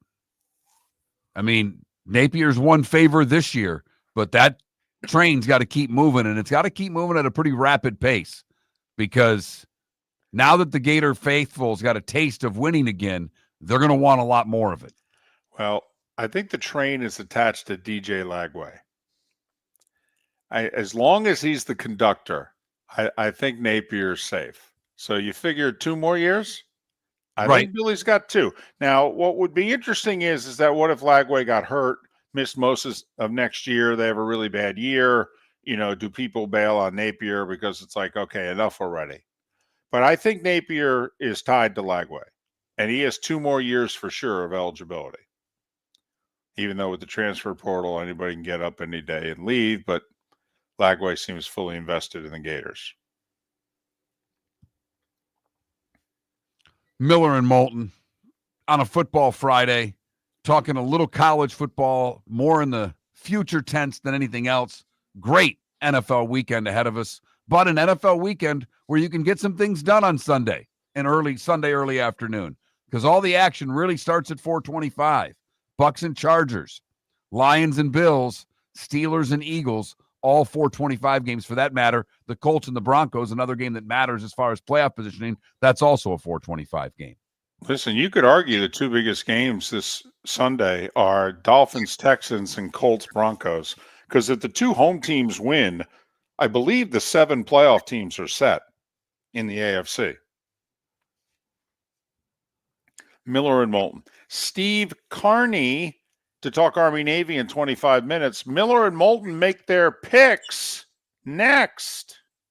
We started our show 18 years ago and have been fired 3 times, but Miller and Moulton have never lived on the edge like we are now. We have our best morning ratings ever, are steadily adding affiliates, yet we only have a few sponsors. And if that doesn't change, we can't continue. But if you want to advertise on Miller and Moulton, reach out to one of us directly by texting sponsor to 21,000 or contact Mark on X at that Mark Miller or me at the David Moulton. You can save Miller and Moulton and make your business some serious money by texting 21,000 now. American Paint Supplies, for nearly 30 years, is your one-stop shop for all your coating needs. If you are a designer, a contractor, a professional painter, or a weekend warrior, American Paint Supplies is the place where experts go to get expert solutions. At 6100 Shirley Street in Naples off of Pine Ridge, American Paint Supplies delivers the best solutions with the best products with the best support. Meet Gene and his team today at American Paint Supplies. Call 239-566-2700. That's 566-2700 or online at AmericanPaintSupplies.net. Gentlemen, as your wife mentioned getting new flooring, but you don't want to go through the hassle, well, go see the Floor Meisters in Naples next to Costco. They understand your time and money are important,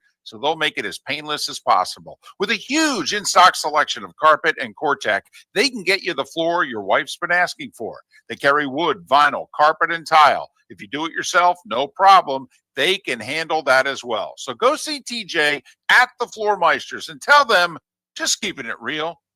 Do you have a sleep problem but don't want to wear a CPAP mask? This is Mark Miller for Sleep Treatment Direct. The mask wasn't working for me, and I didn't think I had an alternative. I do. We all do. They have such simple alternatives with greater success than the mask. Visit sleeptreatmentdirect.com.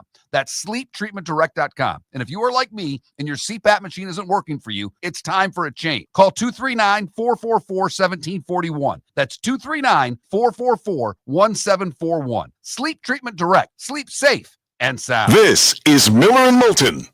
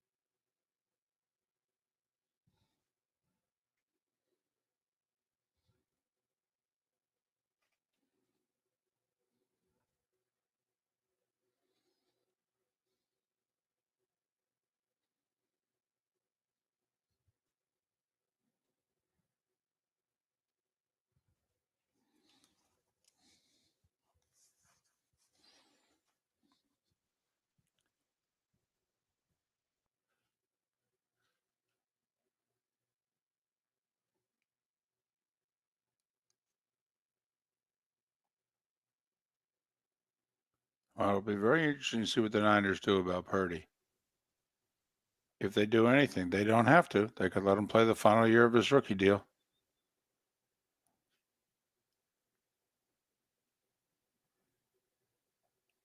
Poll questions are up. Look at that. Look at that.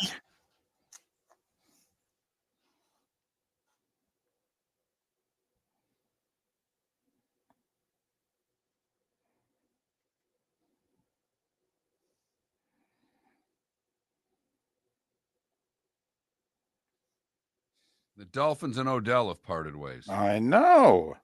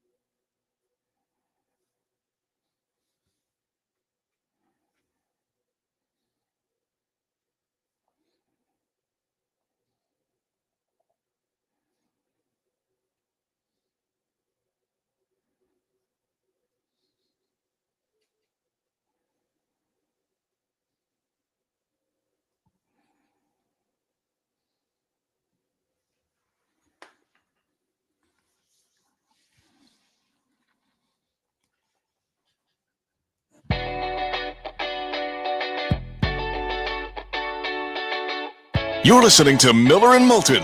And now, here's Mark Miller and David Moulton. 21 minutes past the hour. Steve Carney to talk Army Navy and a touch of Rays. Coming up in a little more than 15 minutes time. Pat Kirwan in 40 minutes. Dr. Roto to answer your fantasy questions. Coming up in a little more than an hour's time on this Football Friday. Football Friday. Where we have not one, but two poll questions. Mark, take it away. Who makes the college football playoff first? Belichick and UNC or Napier and the Gators? Right now, early voting, Napier and the Gators off to a quick lead. But the important question of the day is, in honor of National Ice Cream Day, which ice cream is your favorite of the two? Vanilla or chocolate? And right now, 2/3 of you have basically said vanilla. Early voting. Unbelievable. I'm telling you, if I lose that, and I'm a chocolate guy, I don't know if I'll vote in a poll question ever again. Get over yourself. No, I can't believe how out of touch I am with our audience. It's amazing. Well, David, yesterday's poll question is, what will Bill Belichick have to do at UNC for his coaching tenure to be deemed successful? And play for an ACC championship was the overwhelming winner with 43% of the vote. Okay. Do you feel better now?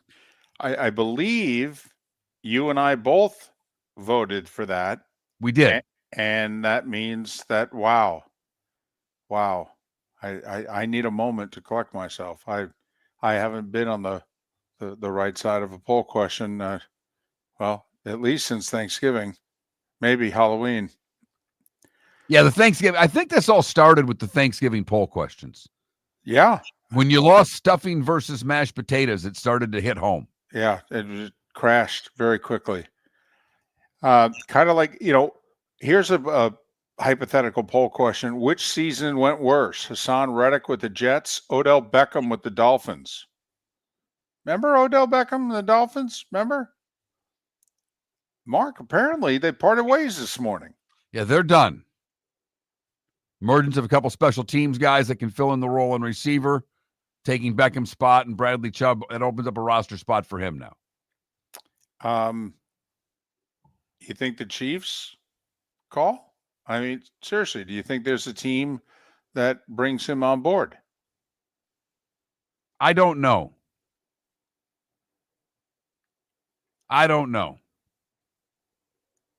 Would the Rams do it again? Do they need him? I don't think so. So we'll see. Could be done. Could be done. He's going year to year anyway. I mean, he's a wide receiver as what? Been in the league over 10 years. So, I mean, that's a long career for a wide receiver. But the Dolphins and Odell Beckham, they part ways. All right. No Lee Sterling this week. He'll make some picks right before the playoffs and the Bulls really get going in earnest next Friday. I've had 4 winning weeks out of the last 5. Mark's had 3 straight winning weeks, 4-1, 4-1, and 3-2. Mark Miller on an 11-4 bender. Of course, he had an offer mixed in and around it.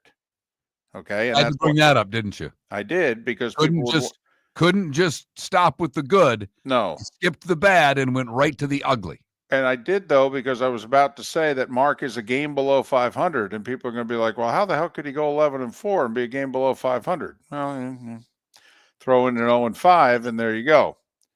Meanwhile, after my 3-12 start, I'm 4 games above 500. The problem is I'm still 5 games below 500. And to show the difference between Miller and Moulton, Miller has made 73 selections, and Moulton has made 97. 97.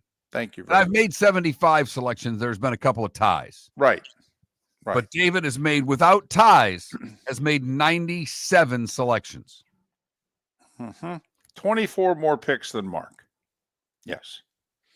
So, listen, Mr. Winner, even though, I had another winning week last week, but not as good as your winning week, so go for it. All right. I went with the Army-Navy game. I did pick this game. I'm taking Army. I'm laying the 6.5 against Navy. They're the better team. Navy's faltered a little bit down the stretch. We'll see if anybody turns the ball over, as both teams are pretty good about keeping the ball. When they do turn it over, it gets ugly. But I think Army will win and cover. Give me Army and lay the 6.5. Everything else I'm doing is on Sunday. Tennessee is a team that could argue they should be on the clock. They're a bad football team. I'm going to take Cincinnati in that offense to be able to score enough points to cover the 5.5 for the Bengals over the Titans. How does Miami do against playoff teams, David? Well, they don't do well, although that win in Los Angeles against the Rams a month ago is kind of standing out right now, but usually they do very badly, Mark.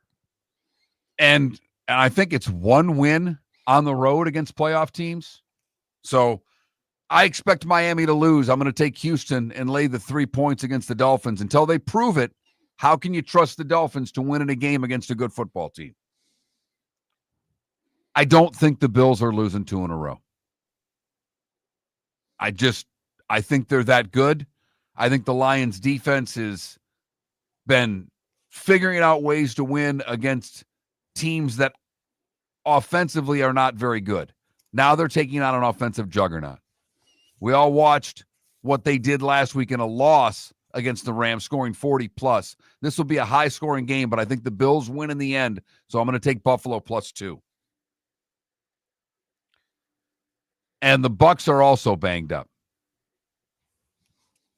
as are the Chargers.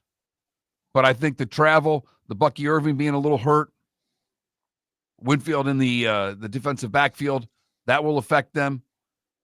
And I know the Chargers are also a banged-up football team, but my love affair continues. Give me the Chargers, and I'll lay the 3 against Tampa Bay. Well, we agree on 3 of your 5 picks. Oh, boy. Well, you knew I was going to take Army in 6.5. I take Army in this game every year. How could I not take the best Army team of, well, maybe my lifetime, quite frankly? So, yes, I'll lay the 6.5 against Navy. In honor of the FCS playoffs, thank you very much. 1 game tonight, 3 tomorrow. Give me South Dakota at home laying 4 against UC Davis. Big lines involving Montana State, North Dakota State, and South Dakota State. So I stayed away from those. Big lines. All 3 of those teams giving up between 14 and 19 points. I stayed away from those. 2 of the others that we agree on, Mark. I'm with you until the Dolphins prove it. Give me the Texans. And sometimes the team is due to lose, and sometimes you think a really good team's not going to lose 2 in a row. Give me the Bills. I've got it at 2.5, by the way, against the Lions. I'm taking the Broncos and laying 4.5 against the Colts. Both teams coming off a bye. It's the season for the Colts, but which quarterback do you trust more? Which play caller do you trust more? Which defense do you trust more? Give me the Broncos. It's 4.5 against the Colts. Packers with 3 extra days of rest. I think that could be key. Give me Green Bay laying 2.5 in Seattle. The Steelers are getting 6. Did I see that right? The Steelers are getting 6. The Steelers are getting 6? Did I see that right?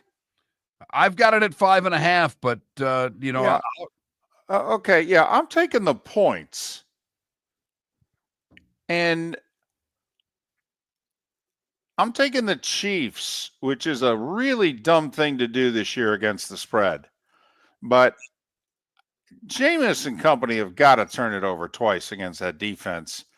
Chiefs on the road, which quite frankly, they may be a better play on the road than they are at home.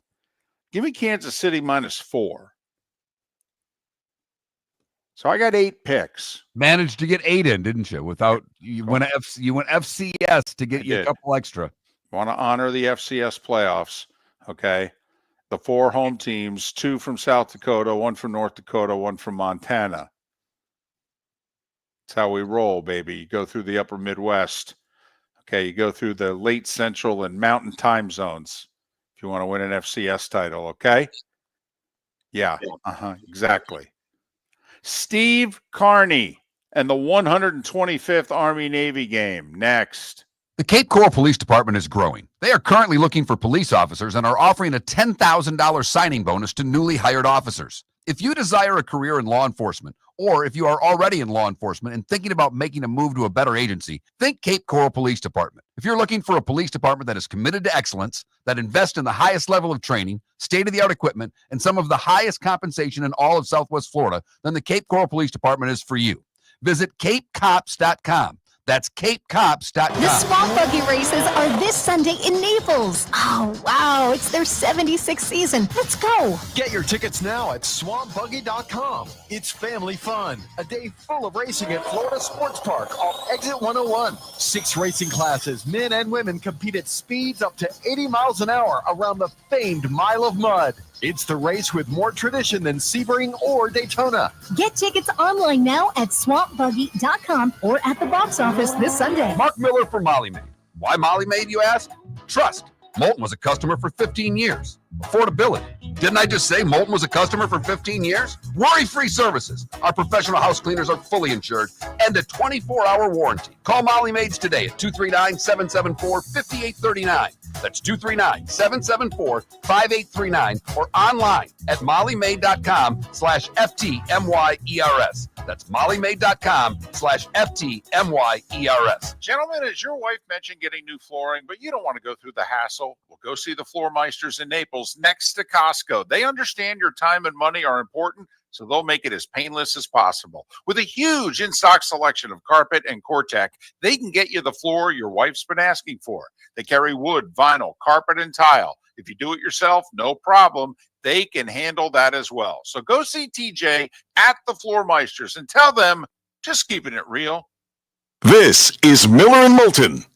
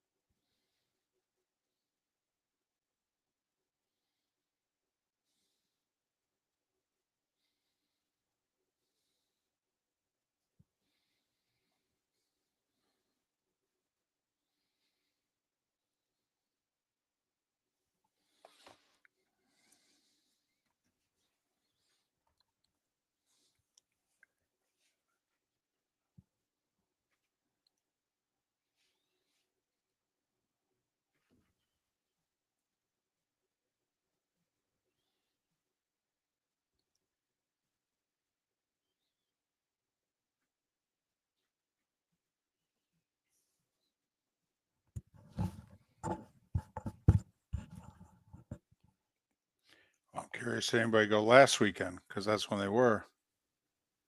That's my fault. God dang it. The computer has just kept wanting to run that spot. I got to change every spot out each time. And if I missed it, I just didn't see it to change it out myself. That's I'm That's curious if anybody went last weekend. God dang it.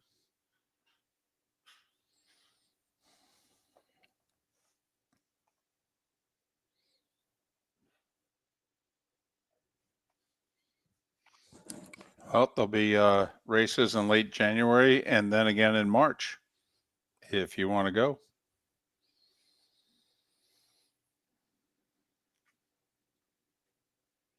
Yes, Sonny, the whole Devondre Campbell thing.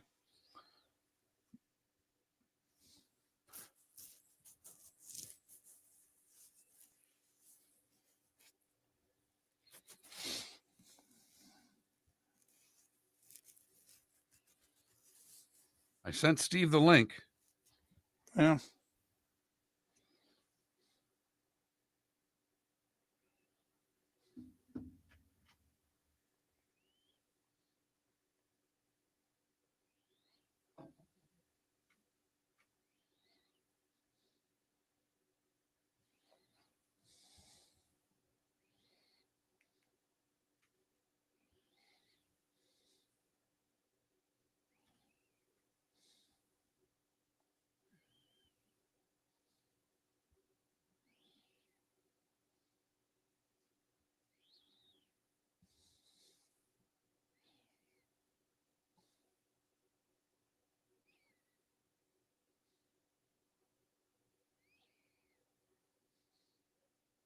Who's from Fort Myers?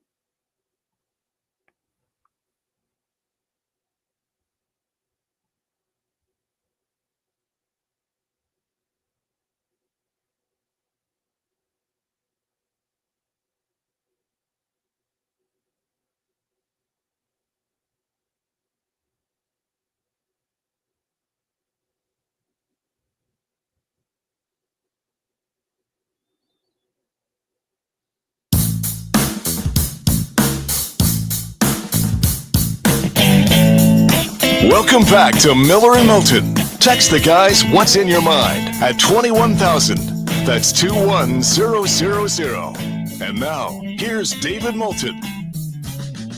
22 minutes till the top of the hour. Pat Kirwan will join us then to talk about this week's NFL games. We just made our picks. Mark sticking with 5. It seems to be working for him.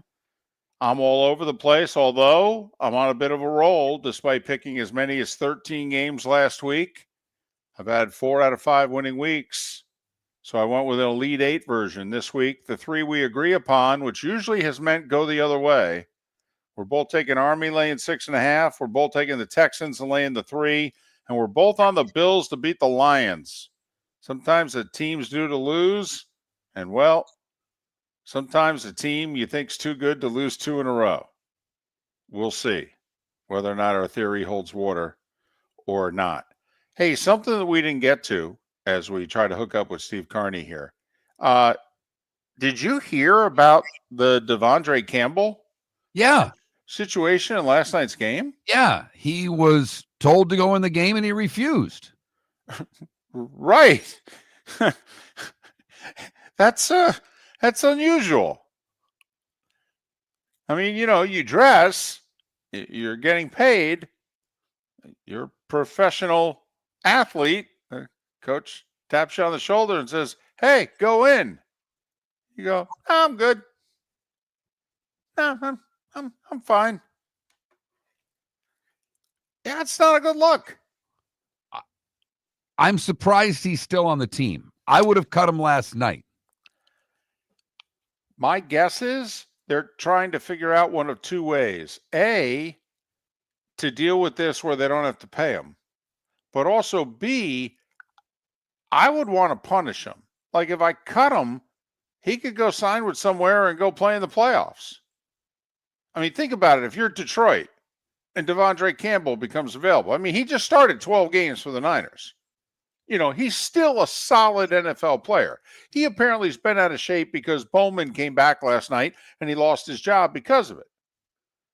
And so after starting every game this year but one, and the only reason he didn't start the one game was because they opened up in a 5-man front and a nickel. And so he technically didn't start the game, but he played starter snaps. So he started essentially every game this year, Mark. But last night he didn't start. And he didn't play in the first half because Bowman played. And then Bowman got nicked up. And so they said, "Hey, go in there." And he went, No, I don't think so. No, I don't think so. I'm going to stay here on the bench in uniform, dressed, and not play. Right. And then I guess whether he was told or not, okay, and I kept saying Bowman, it was Greenlaw, actually, the linebacker who tore his Achilles in the Super Bowl. He came back last night. That was his first game. My bad. Then mid to late third quarter, he's walking to the locker room with a towel over his head. And they literally do not have another linebacker healthy who can play. They got two guys on the field, and those are the only two healthy linebackers they have that are now available to play. And he's in the locker room. I mean, Kittle basically said if he knew on the sidelines that this was going down as it was going down, Kittle made it sound like there would have been a fight. Kittle was incredulous. Yes. After the game, how someone could dress for a game and not play. And in fact, he kept talking and working himself up the more he talked. And then there was a defensive player who was like, I don't know that we have to spend a lot of time on this. I think he's going to be cut. But I'm wondering if they're going to try to suspend him without pay, conduct detrimental, and then keep him from signing with someone else to punish him. That's what I wonder. Steve Carney's kind enough to make some time for us as we are on the eve of the 125th Army-Navy game. We'll also try to get in a Rays question or two, as next week could determine the future of the franchise in Tampa St. Pete. No big deal or anything. Steve, you're a Navy man, correct? I am. 8 years. 8 years. Could you tell us, did you go straight out of school into the Navy? I actually was at Syracuse for a couple of years. Decided that going to school was not for me at that time, and then decided to enlist at that point, and then did 8 years, and then got out and moved down here and went back to school and did all the things that I've done so far because of it. How did it shape you? Oh my goodness. Well, it gave me the discipline that I didn't have as a 19 or a 20-year-old. It also I met my wife because of the Navy. Oh wow. Which is huge. So it definitely is the defining it's what defines me as an adult, and a lot of the things that I'm able to do now are because of the Navy. What's this game mean to you then? This is the game that the military stops to watch. It's amazing to see how, even if you're not a football fan, this game means something to service members. And so, I remember being deployed at times and being able to sit in the mess decks of my aircraft carrier. If we weren't on watch, they would, or up in the hangar deck. I remember one year when we were deployed, they moved all the jets out of one of the hangars and hung up a big sheet almost, and broadcast it to us, and we all sat there. We had someone from CBS there. You know, and I remember being on the Army Navy broadcast because of it. That was a pretty cool moment. It's just such an amazing game to watch every year, and even when they're bad, you know, even when one of these teams is bad, this game is always good. And now that both teams are good, I can imagine this game is going to be incredible this year. Yeah, I mean, we were talking about it. I mean, what, Army with 11 wins? You know, Mark said, has Army ever since the 40s maybe had 11 or 12 wins? Heck, they could end up with 13. You've got what, 19 wins between the two teams? Are they 19 and 4 heading into this game? They are 19-4. This is the first time that Army has had 11 wins in a season. You know, before the bowl game. So, and this is historically a good year for both of these service academies. And it's only, I think it's the 7th or 8th time that this game will determine the Commander-in-Chief trophy winner outright. So it's a great moment for both of these academies. The coaches obviously, you know, have immense respect for each other. Though when you talk to Jeff Munkin, the head coach at Army, he's always like, that academy has a football team, which is always hilarious to watch. You know, these two teams go after each other this week. But you know it's done with a ton of respect and a lot of love for each other. All right, Navy kind of stumbled down the stretch after the Notre Dame game, which they were expected to lose. They had a couple of losses to Rice and Tulane, so they kind of sputtered to the end of the season. What do they have to do to rebound from that and win this game Saturday? Well, the first thing that they need to have is they've got to be healthy. If they don't have Blake Horvath going this year, or going for this game, I think it's going to be a lot tougher if it's Braxton Woodson that is under center. So I think that's the first thing. The other thing is they've got to be able to not make any mistakes. Turnovers, penalties. I mean, you look at it. Army against Tulane became the first team in at least the last 20 years to not have any penalties, any turnovers, or any punts in a game, which is an incredible, little stat that they put together. Navy's got to have one of those type of games where they're not punting, they're not taking penalties, they're not turning the ball over, and they've got to be able to control, the red zone efficiency. If they're able to get inside the 20, they've got to be able to put the ball in the end zone. But really, I think that this game is all about one guy right now, and that is the Army quarterback, Bryson Daly. Well, when he played, they're a very different team. That is for sure. All right. So the thought by most, Steve, is that Army's just better this year. But say Navy shows up with their A game, like their Memphis game. Okay, that Navy shows up and plays as well as they can play. Mm-hmm. You've seen both. You study both. Yeah. How close is Navy's A game to Army's? It's extremely close. I would say that Navy probably has the better outside threat in Eli Heidenreich.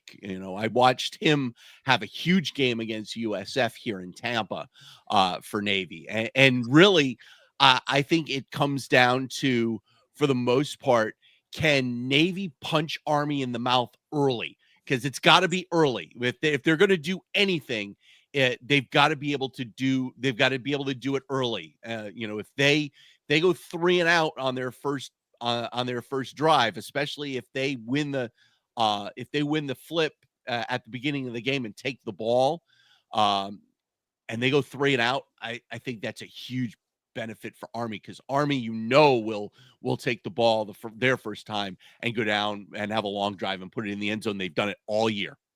There's a question in our Twitch chat room, and it seems ridiculous, yet at the same time, it needs to be pointed out. The service academies, there's no such thing as the portal, right? There's no such thing as NIL, right? There actually is such thing as the portal. It is hardly ever used, though. Army has one transfer on it out of the entire team. They've got one of their backup. I want to say, forget if it's a backup lineman or on the offense or defense, came from Central Michigan and transferred into Army.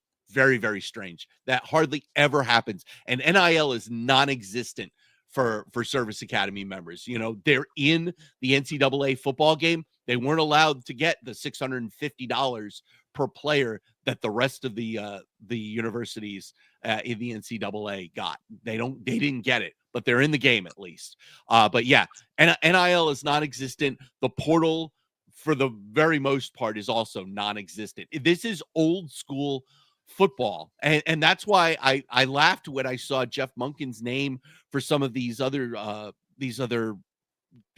schools that were out there. You know, could North Carolina hire him? Could West Virginia hire him? You know, his name was available for both of them, and I went, why would he leave West Point to go anywhere else? He doesn't have to deal with the portal. He doesn't have to deal with NIL. This is old school football. I bet if you ask the other 120 college football coaches at the FBS level, 118 of them would say we would love that opportunity at Army, where we didn't have to deal with all of that. The only two teams that probably wouldn't say it are Navy and Air Force. All right, in our closing moments here, what, if anything, did Manford accomplish by coming to St. Pete, speaking with the mayor, speaking with the county commissioners? Was it just showboating, or was there actually any depth to his conversations with these folks? You know, I tend to think that it was a lot of window dressing, because I think all of the work has already been done behind the scenes. You know, I think a lot of it is political posturing right now. You know, I think that the real work has been done in places where we're not allowed to see, which is kind of sad. But you know, it looks like, you know, with the city issuing the bonds and issuing the money to start the repair of Tropicana Field, that's all really good signs for this team staying. Steve Carney, Yards and Stripes is the Armed Services Football podcast. Check it out, particularly between now and 3:00 tomorrow, the 125th running of Army and Navy. And of course, stpete9.com, and he covers Major League Baseball with a focus on the Rays, and also does a great job covering the minor leagues. He's part of the Lightning Radio Network. Steve, we picked Army. My grandfather and father were in the Army, okay? But for you, Steve, go Navy. I appreciate it. On Yards and Stripes, when you listen, you will be surprised, because both my co-host and I, who are both Navy people, we both picked Army as well. Follow Steve on X at Steve Carney, Carney. Steve, enjoy the game. Thanks, boys. Steve Carney, kind enough to join us once again here on Miller and Moulton. Dr. Roto in 45 minutes to answer your fantasy questions. Don't send them in just yet. 21,000 text line, Twitch chat room. Hold on to them a little while longer. But Dr. Roto to answer your fantasy questions in 45 minutes. Unless you think you don't need them because you're in the playoffs right now and you're puffing your chest out going, what do I need the good doctor for? I'm in the postseason. Now is the time when you need your prescription, because you need to advance in the playoffs and you need to win this week or else. Are you saying fantasy players have egos? I'm saying everybody has egos, David. What do you think the Niners are going to do to Devondre Campbell's ego? Crush it. Pat Kirwan to talk Week 15 in the NFL in all its glory. Next on Miller and Moulton. Visit Jason and Todd at the Diamond District. Christmas is almost here, and Thursday the 12th through Sunday the 15th, Jason and Todd at the Diamond District are giving you an extra gift. They're liquidating lab-grown diamond jewelry, diamond studs, tennis bracelets, earrings, and more. All 50, 60, even 70% off. The Diamond District has been your trusted source for natural diamonds for over 20 years, and because they love all diamonds, Jason and Todd now have lab-grown during their liquidation sale. American Paint Supplies, for nearly 30 years, is your one-stop shop for all your coating needs. If you are a designer, a contractor, a professional painter, or a weekend warrior, American Paint Supplies is the place where experts go to get expert solutions. At 6100 Shirley Street in Naples off of Pine Ridge, American Paint Supplies delivers the best solutions with the best products with the best support. Meet Gene and his team today at American Paint Supplies. Call 239-566-2700. That's 566-2700 or online at The AmericanPaintSupplies.net. world famous cigar bar started as a neighborhood place in downtown Fort Myers, and now it's a brand, a destination with 4 locations. The original place, Henry Street, Fort Myers, Gulf Coast Town Center, on Southeast 47th Terrace off the Cape Coral Parkway, and the Lounge on West 1st Street in Fort Myers. A place to go, whether you just need a relaxing drink and a smoke after a tough day at work, or a place to go celebrate. From relaxation to celebration, the world famous cigar bar. Mark Miller for Molly Maid. Why Molly Maid, you ask? Trust. Moulton was a customer for 15 years. Affordability. Didn't I just say Moulton was a customer for 15 years? Worry-free services. Our professional house cleaners are fully insured and a 24-hour warranty. Call Molly Maids today at 239-774-5839. That's 239-774-5839 or online at mollymaid.com/FTMYERS. That's mollymaid.com/FTMYERS. Wine glasses never fall over until you get a brand new rug. Oh no! Ketchup bottles act normal till you're wearing a new shirt. Oh, you kidding me? And rocks lie peacefully on the road till the day you get a brand new windshield. Then they fly up off the road and attack without mercy. That's why new windshields from Glass Doctor come with our windshield protection plan. Unlimited repairs and 1 replacement for 12 months. Don't just fix it, protect it. Glass Doctor. A neighborly company. Gentlemen, as your wife mentioned getting new flooring, but you don't want to go through the hassle, well, go see the Floor Meisters in Naples next to Costco. They understand your time and money are important, so they'll make it as painless as possible. With a huge in-stock selection of carpet and Cortec, they can get you the floor your wife's been asking for. They carry wood, vinyl, carpet, and tile. If you do it yourself, no problem. They can handle that as well. So go see TJ at the Floor Meisters and tell them, just keeping it real. This is Miller and Moulton.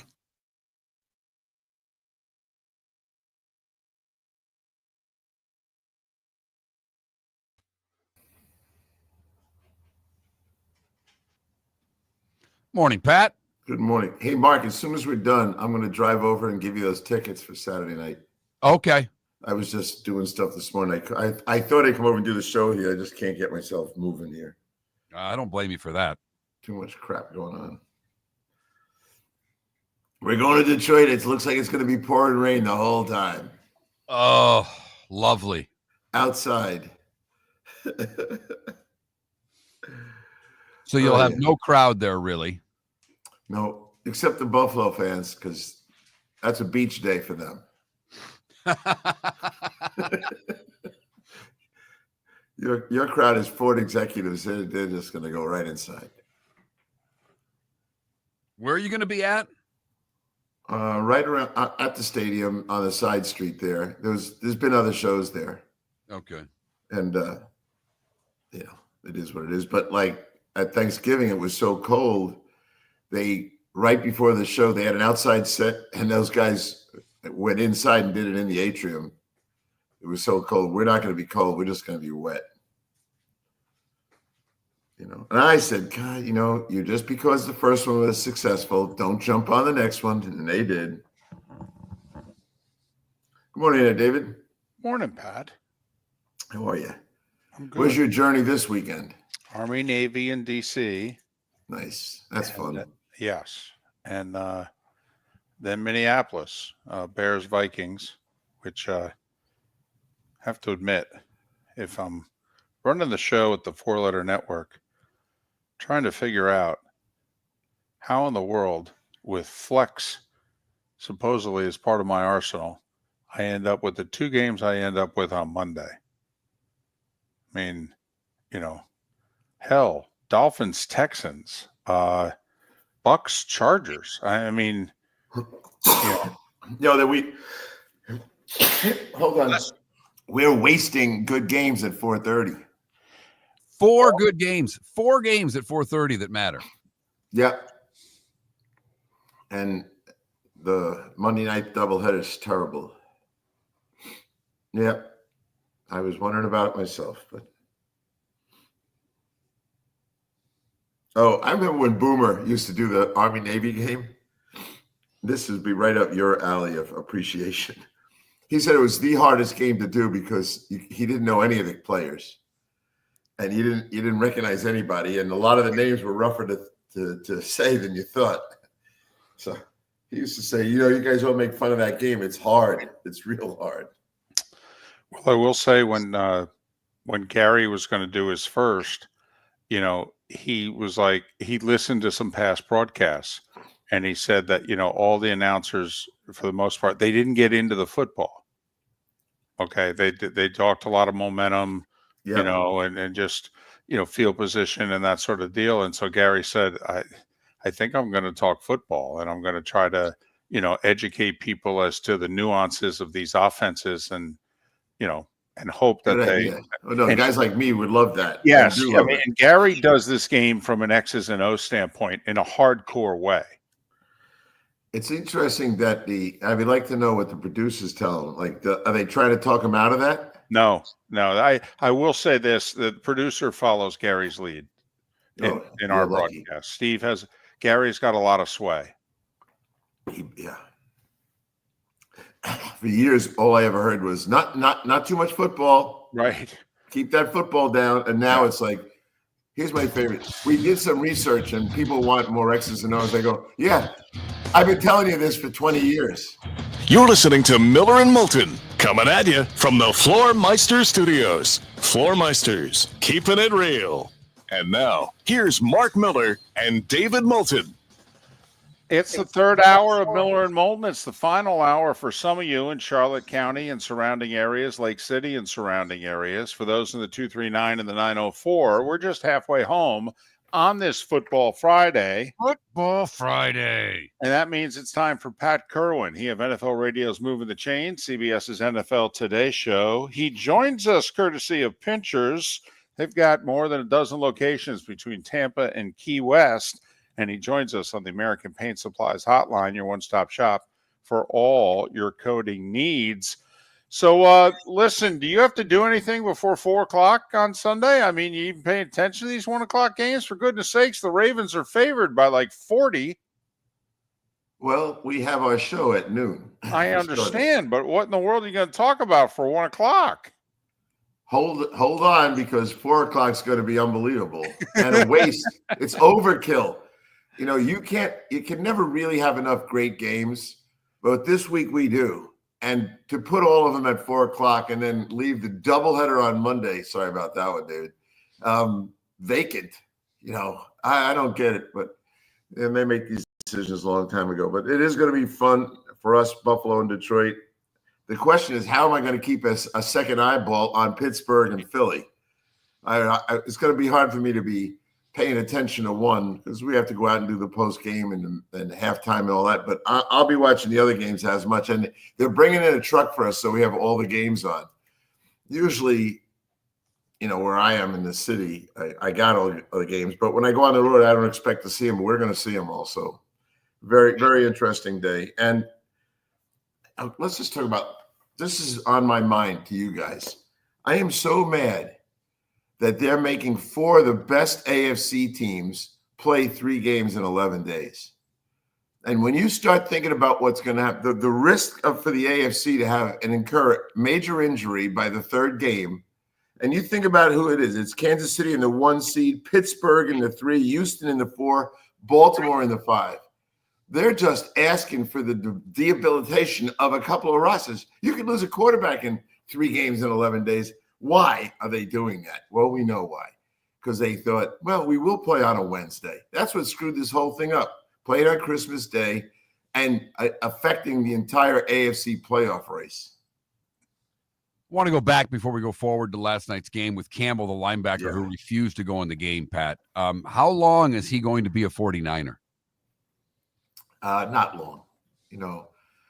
It usually starts out. Now, I don't know his history. If he's been fined before, if he's been late for meetings, if he's ever done anything that causes them to wonder what his commitment to the team is. But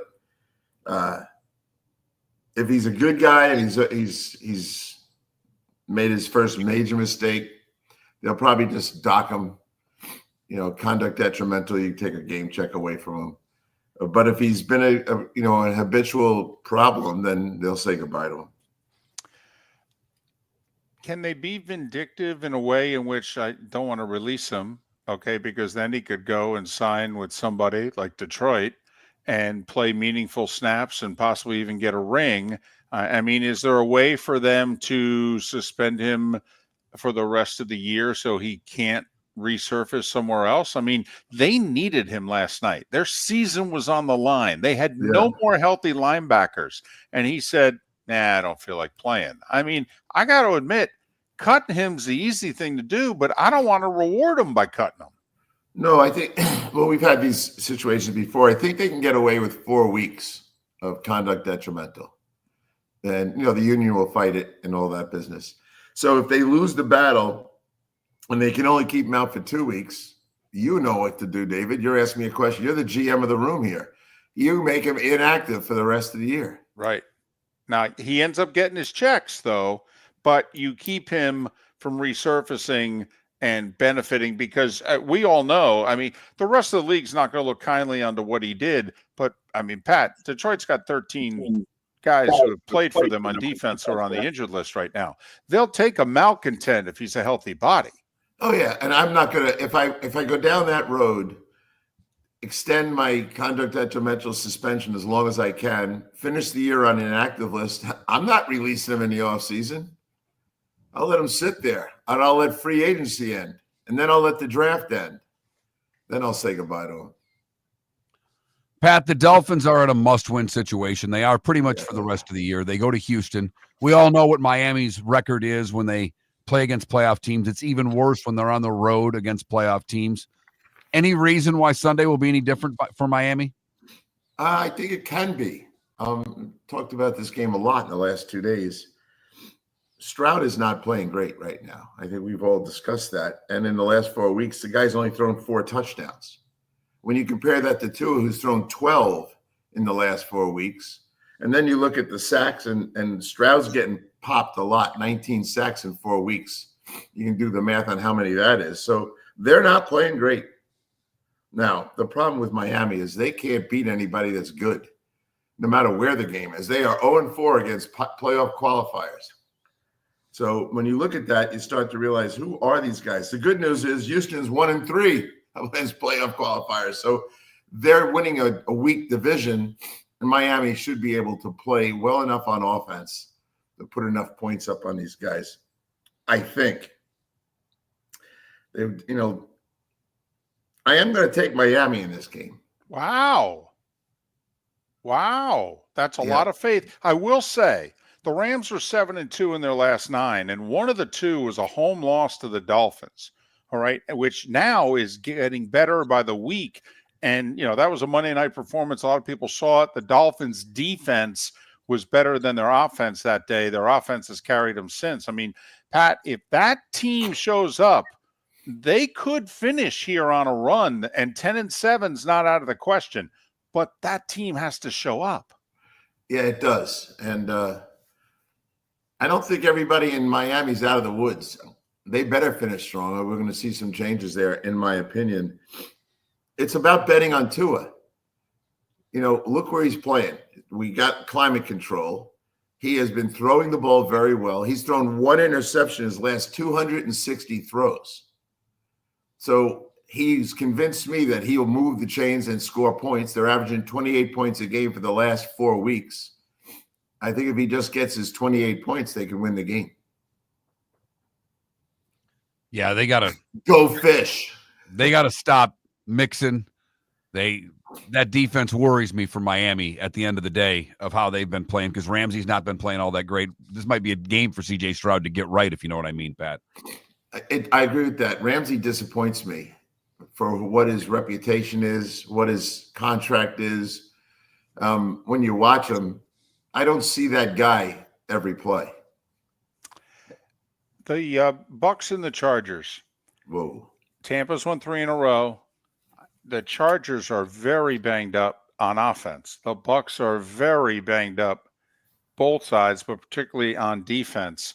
I mean, are the Bucks banged up enough that the Chargers can get into the 20s or not? Because the Chargers right now are as offensively challenged as any team in the league. Yeah, I'm a big fan of Todd Bowles down the stretch. Last year convinced me his players get who he is and they stay together. And I talk to Todd every week. He's done now, this is nothing against Jim because I think Jim is going to be great in the NFL this time around. I just like where Tampa Bay is at this point. Do I like that the game's out of Charger country? Not really. But the Bucks are 4-2 on the road, so I don't worry that much about it. And Baker Mayfield, I have to stop looking at him like, what a great story. I say that too often. Enough with the story. The guy's playing terrific football, and he is so tenacious. He'll be fine leading the troops here. So going to take Tampa Bay. That's another one I shouldn't take, but I am taking Todd Bowles. They finished strong last year. Remember, Mark? They won 5 of their last 6 to win the division. They really have, and this is a war of attrition between two teams who are both banged up. But when you look at this game, this is going to be a really physical game. Defensively, these teams are both going to try to bring it. A lot of blitzing for Tampa Bay. And how does Herbert play against the blitz, Pat? Well, he's not 100% healthy. No. And so I do worry about him getting banged around. He is a risk taker, which I love. I wouldn't call him Josh Allen, but he's pretty athletic, gets outside, and he'll take a risk or 4 in a game like this. And those Bucks are coming to get him. So it'll be interesting to see if he makes the game. I bet you he comes out once or twice for a break while they try to take a look at him in the blue tent. Indianapolis at Denver. Okay, we'll get to the heavyweight matchups after the break. But I mean, the games we just talked about here. If the Texans win at home, if the Chargers win at home, if the Broncos win at home against the Colts, Pat, if those 3 home teams win, the 7 AFC playoff teams are set. Yes. Okay, that's how remarkable it is. But the Broncos and Colts, who both had a bye in Denver, analyze it. Well, I'll peel back the onion. You're asking me to bet on Richardson. I won't do it. I'm just not going to do it. But I will bet on the Denver defense. You start looking at some of the things they're achieving. If you ask the average fan who calls your show or calls my show, they can't name 5 starters on the Denver defense. They might not be able to name 3 starters on the Denver defense, but they're playing great. Cooper and Bonito, the 2 linebackers. My standard for excellence for outside backers in that scheme, 20 sacks. They're at 19 sacks, and they got a month to go. They are playing terrific on defense. And the other thing is the offense is now scoring points. Go look at the last 3 weeks. They had 108 points. That's 36 points a game, and they're giving up under 20. So I'm betting on the Denver defense to figure out how to, give Mr. Richardson the kind of trouble he needs. Again, here's another guy. Look at Richardson against playoff teams. He's 1 win and 4 losses. He's thrown 4 touchdown passes in 5 games, 5 interceptions, 6 fumbles. No, I'm not taking him against the Denver defense. Have you seen anything out of Richardson this year that makes you think he can be a full-time NFL quarterback, Pat? Well, I think what they saw was Cam Newton. We've talked about it on this show before. What he is not is Cam Newton. That's what they thought they saw. But when you remember Cam Newton, our historian right next to you there, David, what did Cam throw for in the first game he ever played in the National Football League? 400 yards? Right. Plus, also, he was a leader of men. Men would follow Cam into the fire. They would. He came right from a national championship in the lockout year, had to bring the Auburn offense with him because they didn't have time, and he goes and throws for 400. The Richardson's not that guy. He's Pat Kirwan, NFL Radio's Moving the Chain, CBS's NFL Today show. They're on the road. They're in Detroit this week. You may have heard the Bills and the Lions. You got the Eagles and the Steelers. Pat will break down the 2 heavyweight 425 games on the other side. Pat joining us courtesy of Pinchers, Tampa to Key West, all points in between. Pinchers, where you can't fake fresh. We started our show 18 years ago and have been fired 3 times, but Miller and Moulton have never lived on the edge like we are now. We have our best morning ratings ever, are steadily adding affiliates, yet we only have a few sponsors. And if that doesn't change, we can't continue. But if you want to advertise on Miller and Moulton, reach out to one of us directly by texting sponsor to 21,000 or contact Mark on X at that Mark Miller or me at the David Moulton. You can save Miller and Moulton and make your business some serious money by texting 21,000 now. Visit Jason and Todd at the Diamond District. This Christmas season, Jason and Todd with the Diamond District offer the lowest prices anywhere on GIA certified diamonds and beautiful diamond jewelry, pre-owned Rolex watches, estate jewelry, and colored gemstone jewelry. Plus, receive 23% off all diamond stud earrings and diamond bracelets. Come see why more people will unwrap gifts from the Diamond District this Christmas than any other jeweler in Southwest Florida. Jason and Todd look forward to shaking your hand and welcoming you to our Diamond District family. American Paint Supplies, for nearly 30 years, is your one-stop shop for all your coating needs. If you are a designer, a contractor, a professional painter, or a weekend warrior, American Paint Supplies is the place where experts go to get expert solutions. At 6100 Shirley Street in Naples off of Pine Ridge, American Paint Supplies delivers the best solutions with the best products with the best support. Meet Gene and his team today at American Paint Supplies. Call 239-566-2700. That's 566-2700 or online at AmericanPaintSupplies.net. Gentlemen, as your wife mentioned getting new flooring, but you don't want to go through the hassle, well, go see the Floor Meisters in Naples next to Costco. They understand your time and money are important, so they'll make it as painless as possible. With a huge in-stock selection of carpet and Cortec, they can get you the floor your wife's been asking for. They carry wood, vinyl, carpet, and tile. If you do it yourself, no problem. They can handle that as well. So go see TJ at the Floor Meisters and tell them, just keeping it real. This is Miller and Moulton.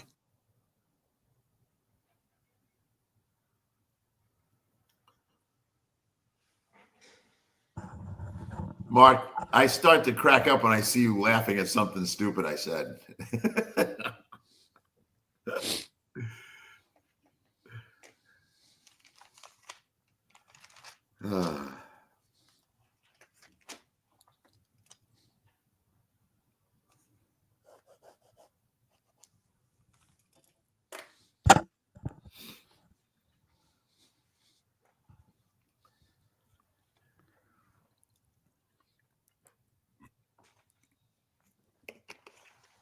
I mean, Trump is unpredictable, but we're thinking back to 8 years ago. There had been contact. We had worked it out. His people the day before were checking out the booth and the angles and what have you. And there was a time during his first term where he came to the game and he wanted nothing to do with the booth or being interviewed on the field. And so, that's kind of what we're led to believe this time, that even though his suite's going to be near our booth, that he's not going on TV. That means he will. Well, that's just it. You have to be prepared. I mean, I've already got questions prepared if he shows up. Yeah. And you are doing the right thing because he'll get in the mood and that'll be that. Well, yeah, if he decides, hey, I'm going to go down the hall, because first off, the offer's been extended, obviously. And you want to come on, and if all of a sudden we get word, hey, the president-elect would like to be on, well, okay. And it's the Army-Navy game, and he'll be inspired once again, just like he was when I told you that he stayed for the whole graduation. Right. They had the helicopter running. They were just going to, and he was going to, no, I think I'll stay and shake hands with every graduate. Right. Now, I will say, he's only done one interview since winning. So, he has been pretty low key, which obviously is by design. So that's interesting. That's very different than how he handled the first time he won.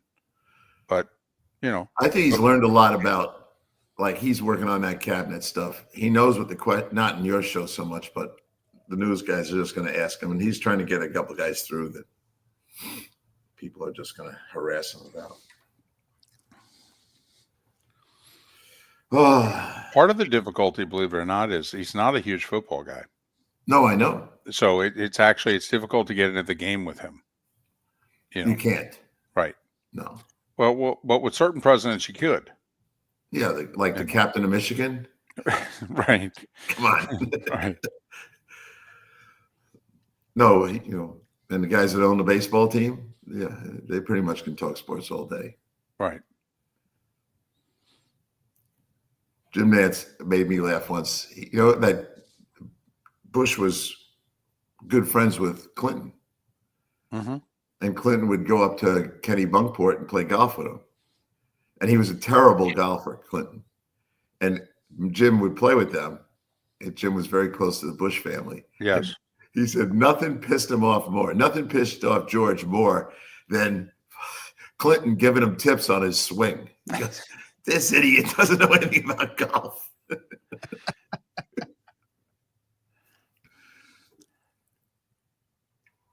Vern tells a hell of a story, and he didn't put it in his book, in which Vern said that the whole Bush 43 political thing happened because Staubach didn't run for governor.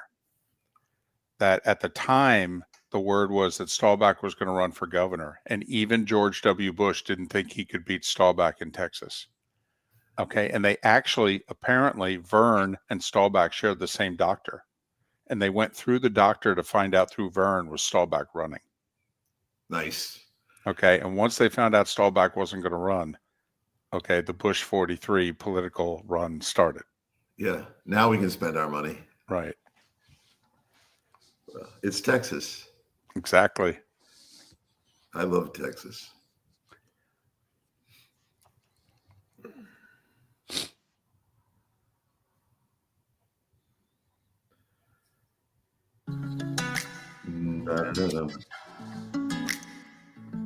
Welcome back to Miller and Moulton. Text the guys what's in your mind at 21,000. That's 21000. And now, here's David Moulton. 21 minutes past the hour. Our remaining moments with Pat Kirwan, NFL Radio's Moving the Chains, CBS's NFL Today Show. They'll be live Sunday in Detroit because they've got Bills Lions late in the afternoon. Dr. Roto in a little more than 15 minutes. 21,000 is the text line to send in your questions. If you're watching and following via Twitch, you can send in your questions in the Twitch chat room. Dr. Roto, fantasy football, in a little more than 15 minutes. Before we get to the two big games, one more game I want to get to with you, Pat. That's Green Bay and Seattle. I know you talk to the Seattle coach every week. Seattle's a 2.5-point underdog, another big game for both teams. It is a big game. I think the points say more about people don't trust the Seahawks. They weren't very good a month ago, and they've gone on this 3-game winning streak, and they're better than people think. You got to do your homework on those guys. It's interesting talking to Coach 2 days ago now of the Seahawks. I really like that guy, but I think one of the things they have going for them that's really understated is their kicker and punter. It's a weird thing to say, but Jason Myers is bombing those 50 yards. He's 7 out of 9, and he wanted to talk about his decisions on play calling because of his kicker. And then his punter, because the guy's a defensive-minded head coach, he goes, Pat, the guy, he's old school. He's a coffin corner kicker. You know how these guys all want to kick the tumbler and pin you down on the 10. And he goes, go watch him. This guy can put the ball out at the 2-yard line. He goes, I feel like our play calling ability, both sides of the ball, because of our kicker and punter, are significant. And the more I thought about it in this race, which is going to be tight, and a game like this could be tight, it is an important piece that we don't talk about enough. So I'll give it its due.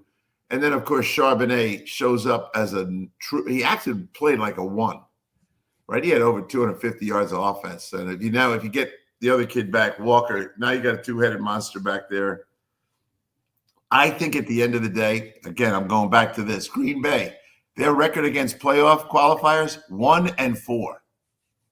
So who are they? Look at their division record. We talked about that on Tuesday. They're 1-4 against the big boys. Is Seattle a big boy? I think at home they are. And I know their record at home right now is 3-4. But on a neutral field, I might take Green Bay. Up there, I think I'm going to take Seattle. Seahawks, an interesting team, started 3-0, lost 5 of 6, have now won 4 in a row. All right, the two heavyweight matchups. You'll be in Detroit. Bills and Lions, who knows? Could be a Super Bowl preview. Bills defense was holding it together till last week. Lions defense, how do they even field the team? How do you see this game? If I didn't see the amount of guys coming back in Detroit, I'd just say Buffalo, they won't be able to contain Josh Allen. Josh Allen off a loss is a very interesting dynamic for him. He took that team on his back in the fourth quarter and damn near won the game. Threw 2 touchdowns, ran for 1. We all saw it. Didn't Sean McVay call him an alien? Yes. So the alien just came off a loss. The alien's getting a game indoors against a beat-up defense. Although, when you start looking who's coming back, you're getting Onwuzurike back. That's a depth player. Pascal is a starter. And it looks like McNeil and Reeder might be able to come back. We'll find out by tomorrow. But they need help.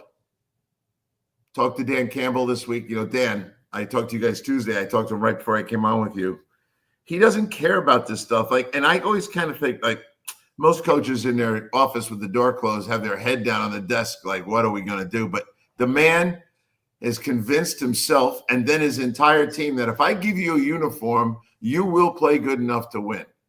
And he's got a team that's very dangerous like that. It's hard to bet against Detroit at home with that offense of theirs. I don't think that Buffalo, look, they got exposed last week with the Ram passing game, right? You tell me, fellas, does the Rams have a better passing game than the Detroit Lions? No. No, but their 1-2 receiver punch, it might be as good as Detroit's. Correct. But they got punch number 3 and 4. Plus those 2 guys in the backfield. You start looking at what those 2 guys are achieving together back there. It is really, really something. Together, they're already up to almost 1,800 yards of rushing and 22 touchdowns.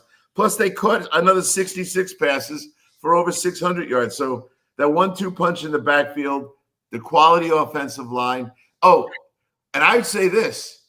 He's going to go for it on 4th down another 5 times this week. He does not want Josh Allen on the field. All right. Pittsburgh and Philadelphia. Another game that could very well be a Super Bowl preview, although everybody, wants to discount the Steelers. And I'm one that has wondered how they've been as good as they've been all year long. How can they get it done against Philadelphia? Well, I start from the same thing I started with all these games. The Steelers are undefeated against playoff qualifiers. They've played big boys. They've beaten them. They're 4-0 now. They were 5-0, but 1 or 2 of the teams they beat earlier have dropped out of the race, so they lose those bets. But I like Philadelphia. Can Mr. Brown please be quiet? Why are you criticizing your quarterback? The guy is not Josh Allen. He's not Mahomes, but he's a winner. He plays with his own style. He's not a great passer. We've seen him inaccurately throw. But he's a powerful player and a leader. And now, A. Brown wants more passes. The head coach needs to rein that in. You don't see any of that stuff in Pittsburgh. Pittsburgh's as tight a group as they got. I would love to, I'm going to take, emotionally, I'll just take Pittsburgh because I want them to win, but I don't think they can in Philadelphia. Not against that team, the way they play. I think it's going to be a tough game, maybe a 3-pointer. Pat, there's a part of me that agrees with everything you just said, and maybe this is my love of diva wide receivers, but is it also that A.J. Brown knows, damn it, we could win a Super Bowl if this guy could just hit the open receivers? I mean, they're good enough to win the Super Bowl, but their passing game isn't. I know, and the quarterback's not going to get any better. He was benched at Alabama. So this guy is an athlete. He's not a great quarterback. Can you win a Super Bowl with him? Yes. But for the receiver to be asking him to throw better, what the hell do you think the guy's been doing since first grade? I think he's just wanting the guy who was throwing to him 2 years ago. I think he just wants that offense again. That offense with this team would win the Super Bowl. He is an average thrower of the ball. Can he have a decent game? Yes. Can he have a great game? He's an NFL quarterback, but he's not a great thrower of the ball.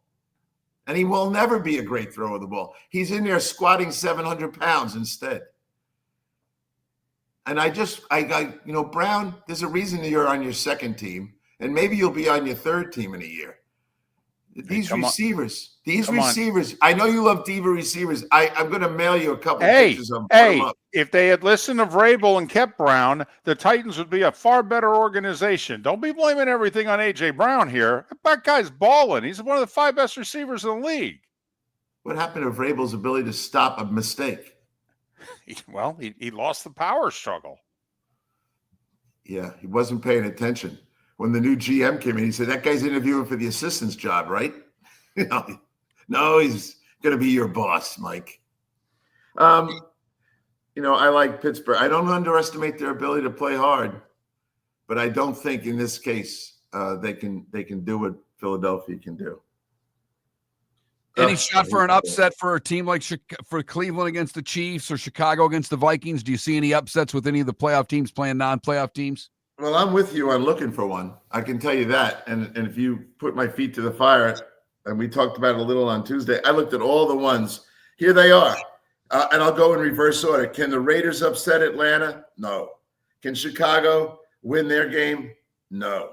Can New England beat Arizona? No. Can the Giants beat Baltimore? No. Absolutely not. Can New Orleans beat Washington? Yes. I don't think so with the quarterback situation. Okay. But I do think if I had to bet $1, it'd be on Cleveland. Look at that. Look at that. Now make it $2 because they can't block Myles Garrett at all. And Schwartz's wide 9 is going to contain Mahomes. By the way, can I say something about Mahomes? We got 20 seconds. No one's talking about him for the MVP, and I get it. But you want to know something about that guy that he's done this year that he's not? First off, he's getting sacked twice many times. 7 fourth-quarter comebacks. That counts. He's Pat Kirwan. He'll be in Detroit Sunday for the Lions and Bills. We started our show 18 years ago and have been fired 3 times, but Miller and Moulton have never lived on the edge like we are now. We have our best morning ratings ever and are steadily adding affiliates. Yet, we only have a few sponsors, and if that doesn't change, we cannot continue. But if you want to advertise on Miller and Moulton, reach out to one of us directly by texting sponsor to 21,000 or by contacting me on X at @MarkMiller or David at @TheDavidMoulton. You can save Miller and Moulton and make your business some serious money by texting 21,000 now. The Cape Coral Police Department is growing. They are currently looking for police officers and are offering a $10,000 signing bonus to newly hired officers. If you desire a career in law enforcement, or if you are already in law enforcement and thinking about making a move to a better agency, think Cape Coral Police Department. If you're looking for a police department that is committed to excellence, that invests in the highest level of training, state-of-the-art equipment, and some of the highest compensation in all of Southwest Florida, then the Cape Coral Police Department is for you. Visit capecops.com. That's capecops.com. Wine glasses never fall over until you get a brand new rug. Oh no! Ketchup bottles act normal till you're wearing a new shirt. Oh, you kidding me? And rocks slide peacefully on the road till the day you get a brand new windshield. Then they fly up off the road and attack without mercy. That's why new windshields from Glass Doctor come with our windshield protection plan. Unlimited repairs and 1 replacement for 12 months. Don't just fix it, protect it. Glass Doctor. A neighborly company. Gentlemen, as your wife mentioned getting new flooring, but you don't want to go through the hassle, well, go see the Floor Meisters in Naples next to Costco. They understand your time and money are important, so they'll make it as painless as possible. With a huge in-stock selection of carpet and Cortec, they can get you the floor your wife's been asking for.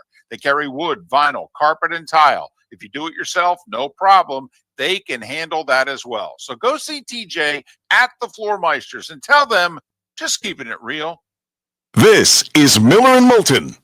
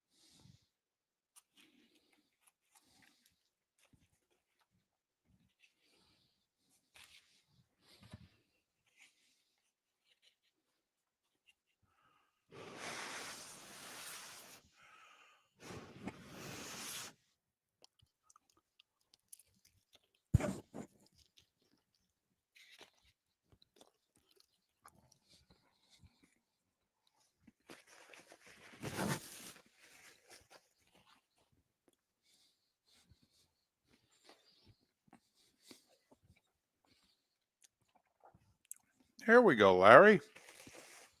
I think that's our first fantasy question.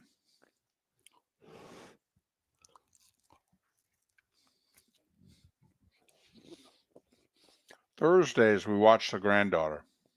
She likes pizza. So I get 2 pizzas, regular, extra cheese, and pepperoni. I'm the only one that eats the pepperoni. So I'll eat 5 slices of pepperoni, Thursday, lunch/dinner. And then I'll eat the leftover 3 slices Friday morning for breakfast.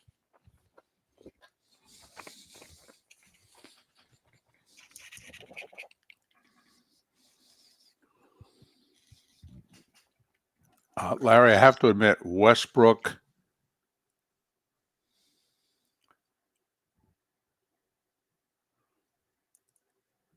What is that? Icon?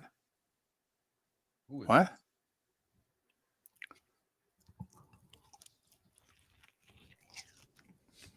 Morning, Doc. Morning. That was a little dramatic. I was trying to be earlier.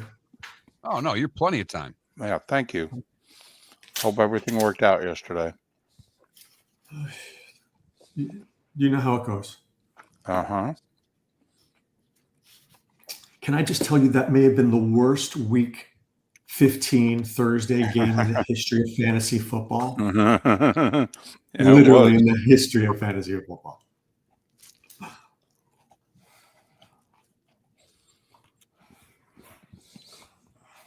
I mean, that was just, as we say in the industry, doo-doo. Okay. Larry, unfortunately, I don't know who you're talking about. Is there a guy, Westbrook with Tennessee? Yeah, Nick Westbrook-Akeem. Westbrook-Akeem. Okay. Gotcha. What did you think about Belichick going to UNC? Shocked. Stunned. I don't think it'll work. I think it can. $20 million, it will. That's where I am.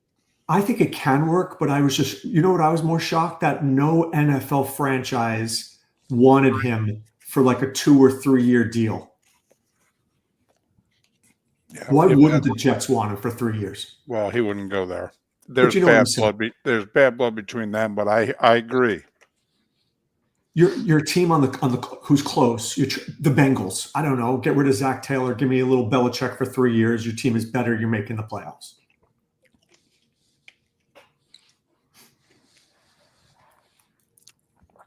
Talking to the wrong guy. I mean, if I were the Jags, I would have called them and said, "Hey, I hear you're going to North Carolina. Cancel that thought.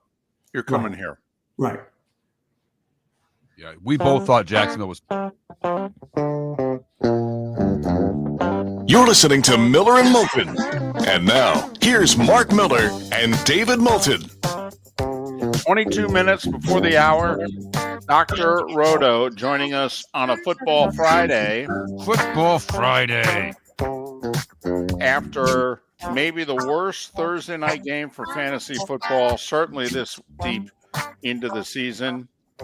Follow Dr. Roto on X at Dr. Roto, DRROTO. Go to drroto.com and listen to him Saturday mornings, Sirius XM Fantasy Sports Radio. Well, I hope you didn't play a lot of Niners last night on your fantasy team, Doc. It's funny. I played Isaac Guerrero in one league, and I'm okay with that. He was one of the better starts, him and Kyron. And then in another league, I played Cooper Kupp. Luckily, the guy I played had Juwan Jennings. It's basically 5.3-0. So I'm not behind by a lot. But, I mean, I guess it was to be expected. And I know this is going to seem like an armchair quarterback. I thought about not playing Kupp because I had other options. And I know that the Rams can run the ball a ton, but who expected this? I mean, you think you're good at fantasy. You prepared all year. You're in the playoffs, and you get this stinky egg laid at your door. I mean, hard to prepare for that. No doubt. And after, we've seen many teams play well in bad weather. After the rain subsided at the end of the first half, thought the offenses might show up in the second, and they never did. They just didn't. And I think, look, like I said, the Rams didn't surprise me because Stafford is like empty calories. I've told you this. He's like a candy bar. He throws for yards, but not touchdowns most of the time. Puka got his, great. But it was the Kyron Williams show, and they didn't have to leave from that. 49ers never played well enough to push the Rams, unlike the Bills-Rams game which was epic. 191 total yards for the Niners. All right, submit your questions, 21,000 on the text line or in the Twitch chat room, twitch.tv/Miller and Moulton. All right, Larry wants to know flex position, Westbrook, Akeen, or Bigsby? That is a really good question. I'm of the belief that Bigsby is the number one guy there. I think he is. I mean, look, last week he got 18 touches and Etienne had 4. The Jets are a tough defense, but I'm willing to give Tank a shot. Every time he's played pretty darn well. Nick Westbrook-Akeen, the only thing I will say about this game, I think if there's any game on this schedule that can blow up, when I say blow up, I'm talking, I know it's 47 points, that could end up being 67 points. It's this game. And so what I'll say this is if you had any guys last night who didn't help you and you needed more points, you could look to the Titans. If you want to be safe, play Tank. All right, this guy had Purdy and Jennings last night, so he says, I'm in trouble, need one, Flowers, Walker, McCormick. Yeah, you got to go with, first of all, you don't even know if Walker's going to play. I think Charbonnet's going to play. And then, can I really go Sincere McCormick? I think you got to go with the first one, with Zay Flowers. Ryan wants to know which wide receiver, Devontae or DeAndre? This feels to me, and I know you guys saw the video, A.J. Brown has all the reason in the world to be upset. He was open, and Jalen Hurts is not pulling the trigger. He's not. I've never seen anything like that. If you broke this down in a class and said how not to play quarterback, Jalen Hurts might be the poster child for it. He's a tush-push king, and he hands the ball off well, but he hasn't been throwing it. Why am I saying all that? Because I think that's going to have to correct this week. The problem is it easy to correct on the Steelers? That part I'm not so sure about, but I do feel that the Eagles' passing game is going to have to be better. Now, the Chiefs, I like Hopkins, but I really think this is a worthy week. The Browns play a lot of man defense. They let up a lot of explosive plays. DeAndre Hopkins is not your explosive play guy. That's Xavier Worthy. So I might take a shot on Devonta Smith. All right, Chubb or Charbonnet? Charbonnet all day, every day. Love the rhyming that's going on, gentlemen. Bob wants to know Jordan Love or Bo Nix. Oh, yeah. So listen, I have Jordan Love in 2 leagues. You cannot play him. I think the Seattle defense has played better recently. I think Mike McDonald's schemes and all the things that he brought to this team, they have improved. Bo Nix is at home against the Colts team, plays a lot of cover 3. I think that's going to be a really good spot for Vele. I think Bo Nix is going to play well. I like the Broncos. 21,000's the text line or twitch.tv/Miller and Moulton if you want to get your questions in for the good doctor like this gentleman did. Kate Otten or Jake Ferguson at tight end? This is a tougher one, but I will say this. The Panthers, who have played so much better, and by the way, could realistically have won the last 3 weeks. They're favored at home, but they're not good against opposing tight ends. And Jake Ferguson disappointed last week. I get that, but I think it was his first week back. I think he should be better this week. Now, look, the Chargers play a very tough zone defense. They don't let a lot of points up. I think this could be a Ferguson rebound week. Deadstruck wants to know, should I play Breece Hall this week, or is it too much of a gamble to start him? Because I still don't know if he's playing.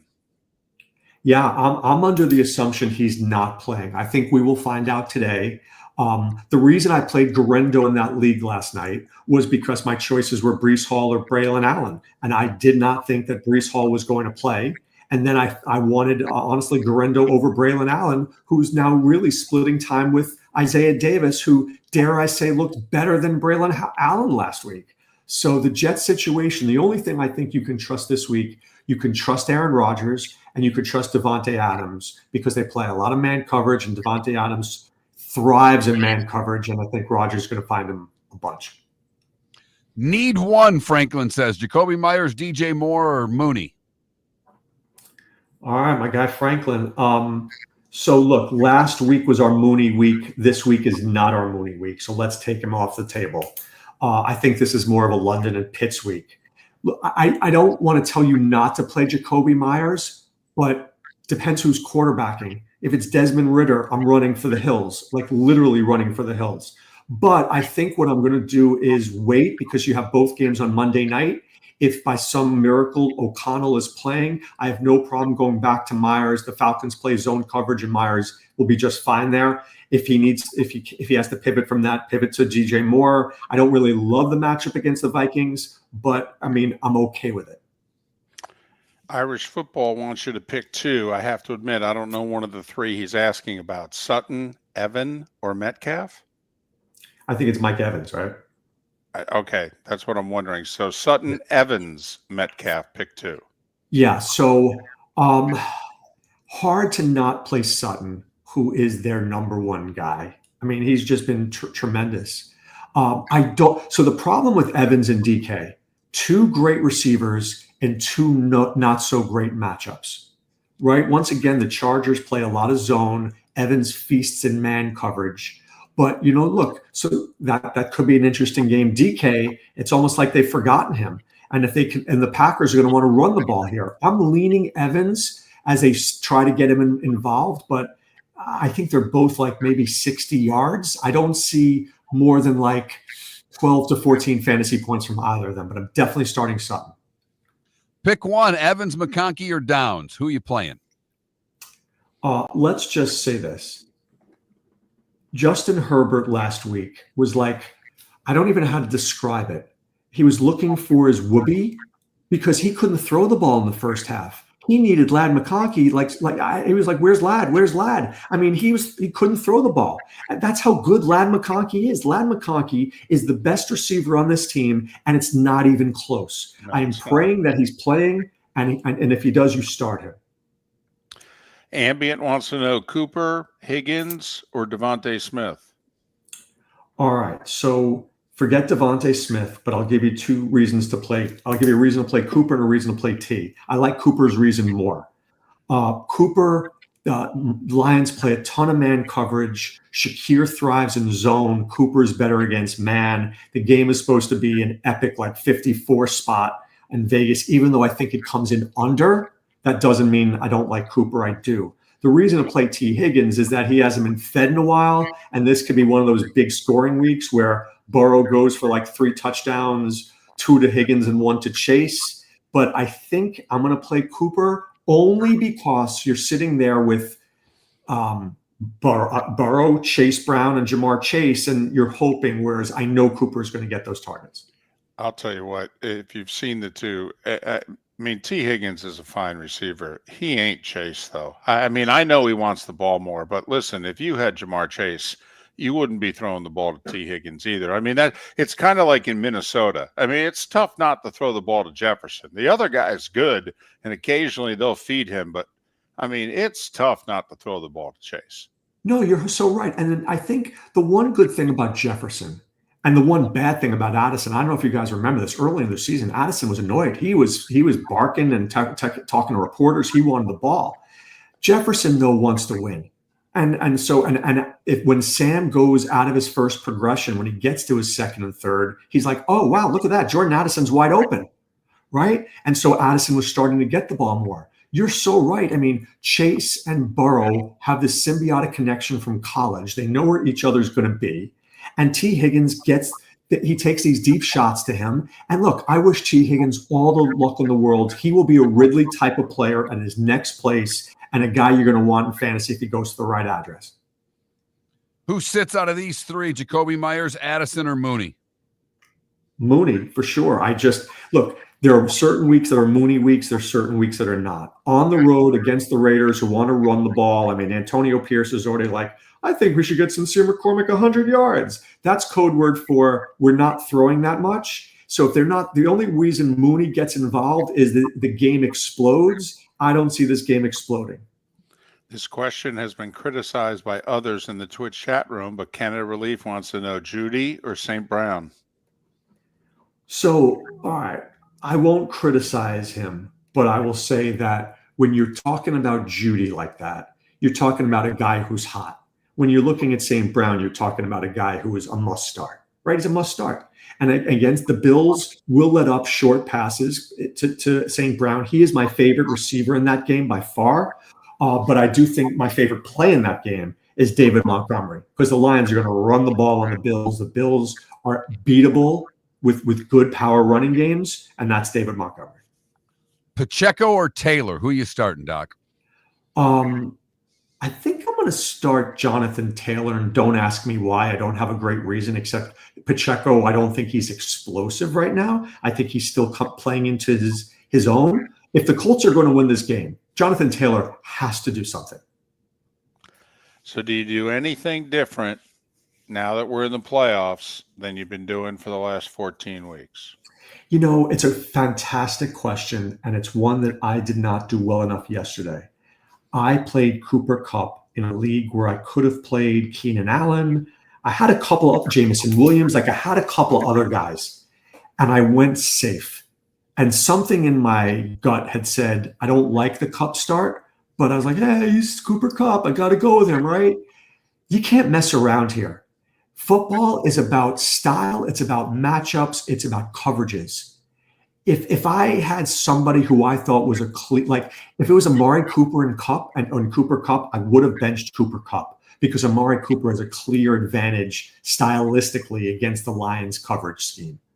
You got to go with those players that can score you those points. Don't be afraid to take out a guy who should get you 12 points for a guy who could explode. Speaking of guys that could explode, Jameis is always one of those guys. Jameis or Baker, which quarterback you starting?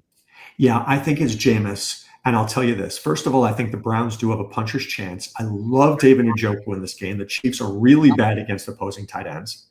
And the thing about the Chargers is their defense is good. Jim Harbaugh has been fantastic this year. The offense has played better. The defense has played better. They don't let the team score a lot of points. Baker Mayfield is a good quarterback, but I think they're going to struggle to score. My favorite play in this game, if Bucky Irving is out, I like Rachaad White. He's my favorite play in this game.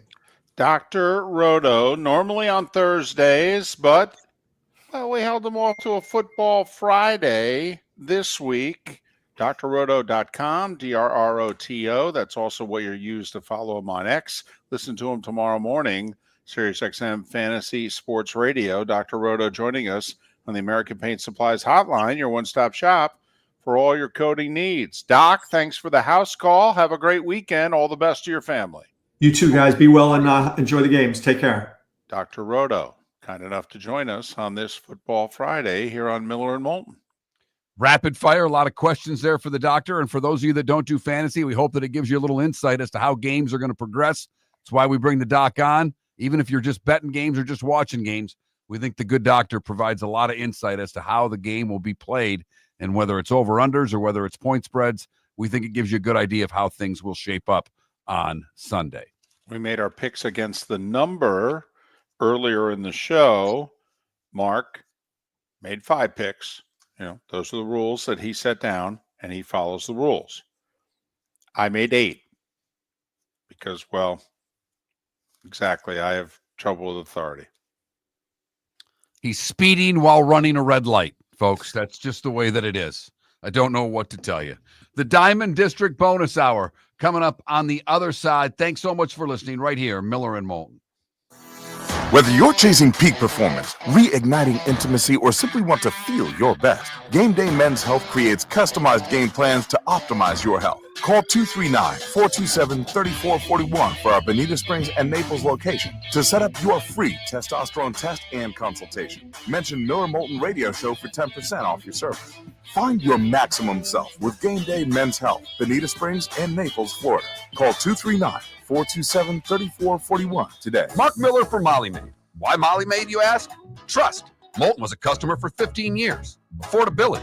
Didn't I just say Moulton was a customer for 15 years? Worry-free services. Our professional house cleaners are fully insured and a 24-hour warranty. Call Molly Maids today at 239-774-5839. That's 239-774-5839 or online at mollymaid.com/FTMYERS. That's mollymaid.com/FTMYERS. American Paint Supplies. For nearly 30 years is your one-stop shop for all your coating needs. If you are a designer, a contractor, a professional painter, or a weekend warrior, American Paint Supplies is the place where experts go to get expert solutions. At 6100 Shirley Street in Naples off of Pine Ridge, American Paint Supplies delivers the best solutions with the best products with the best support. Meet Gene and his team today at American Paint Supplies. Call 239-566-2700. That's 566-2700 or online at AmericanPaintSupplies.net. The world-famous cigar bar started as a neighborhood place in downtown Fort Myers, and now it's a brand, a destination with 4 locations.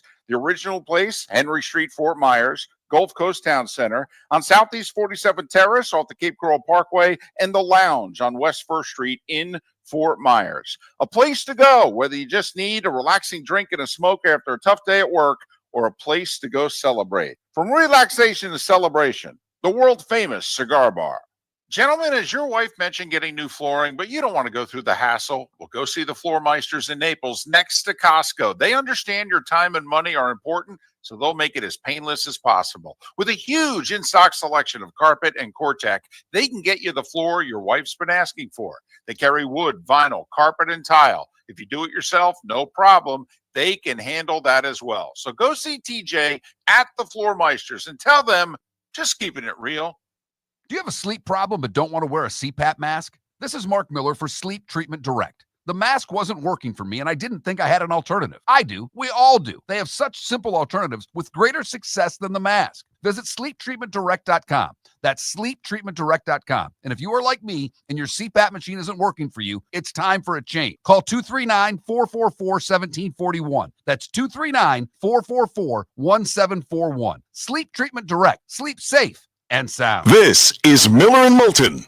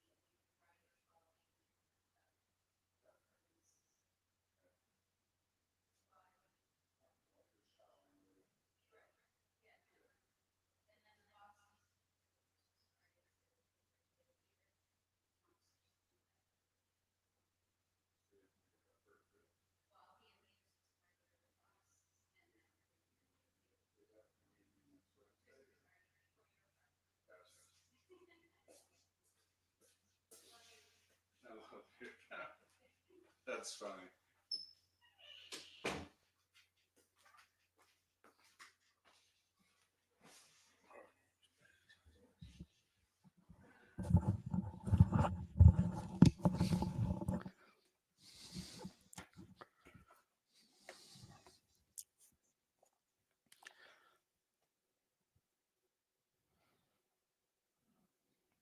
You do know Arch is talking about staying all 4 years, you know. And if the Giants go one more year without a quarterback, the current GM and coach who are there aren't going to be there to draft the next one.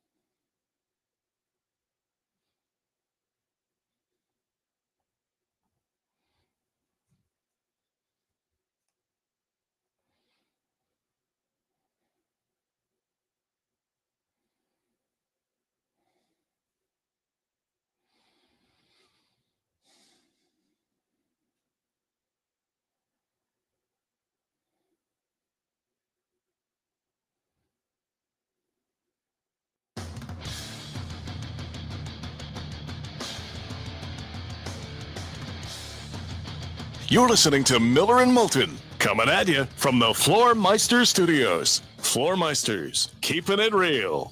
And now, here's Mark Miller and David Moulton. It is a Diamond District bonus hour on this Football Friday. Football Friday. Miller and Moulton, millerandmoulton.com, Miller_Moulton on X. We made our picks against the number during the second hour of the show. If you missed it, millerandmoulton.com. Download what you've missed. We've also had Steve Carney, Pat Kirwan, and Dr. Roto already on the show, all of them joining us on the American Paint Supplies hotline. So, the 1 o'clock slate's not very sexy. In fact, I don't even know how attractive it is. I mean, yeah, it's football, but I don't know. Might want to do something else. Spend some time with some people. I don't know. Do some Christmas shopping, maybe. No? That's a great idea.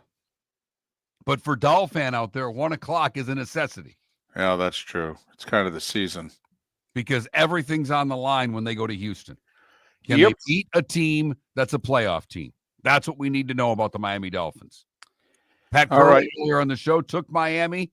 You and I both took Houston laying the points. Think about it, though.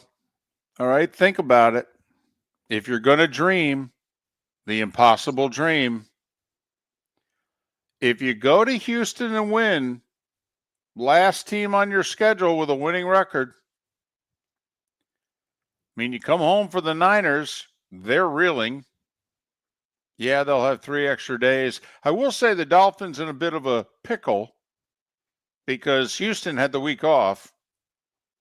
And so the Dolphins are playing a team coming off their bye. And then when the Dolphins play the Niners next week, they'll be playing a team who had 3 extra days of rest. Yeah, for the Dolphins, David, to me, this week's everything, obviously. But if they get through this week, I don't know what the Niners are going to bring to the table next week after losing and basically having their playoff chances gutted last night. Well, and then after that, yes, they finish on the road with 2 games. And yes, both teams are in the North. But they're both 3-10 football teams. I mean, that's why it's tough to have any faith in the Dolphins. It's tough to keep the dream alive. But, Mark, I think you're on to something. Because if they win Sunday, now you're like, man, we got a team in the Niners who has nothing to play for and the 2, 3, and 10 teams who have nothing to play for. And come on now, if we're a playoff team, we should win these games. I mean, we got a better record in all 3 of them. But you got to win Sunday in Houston. Pat Kirwan's a believer.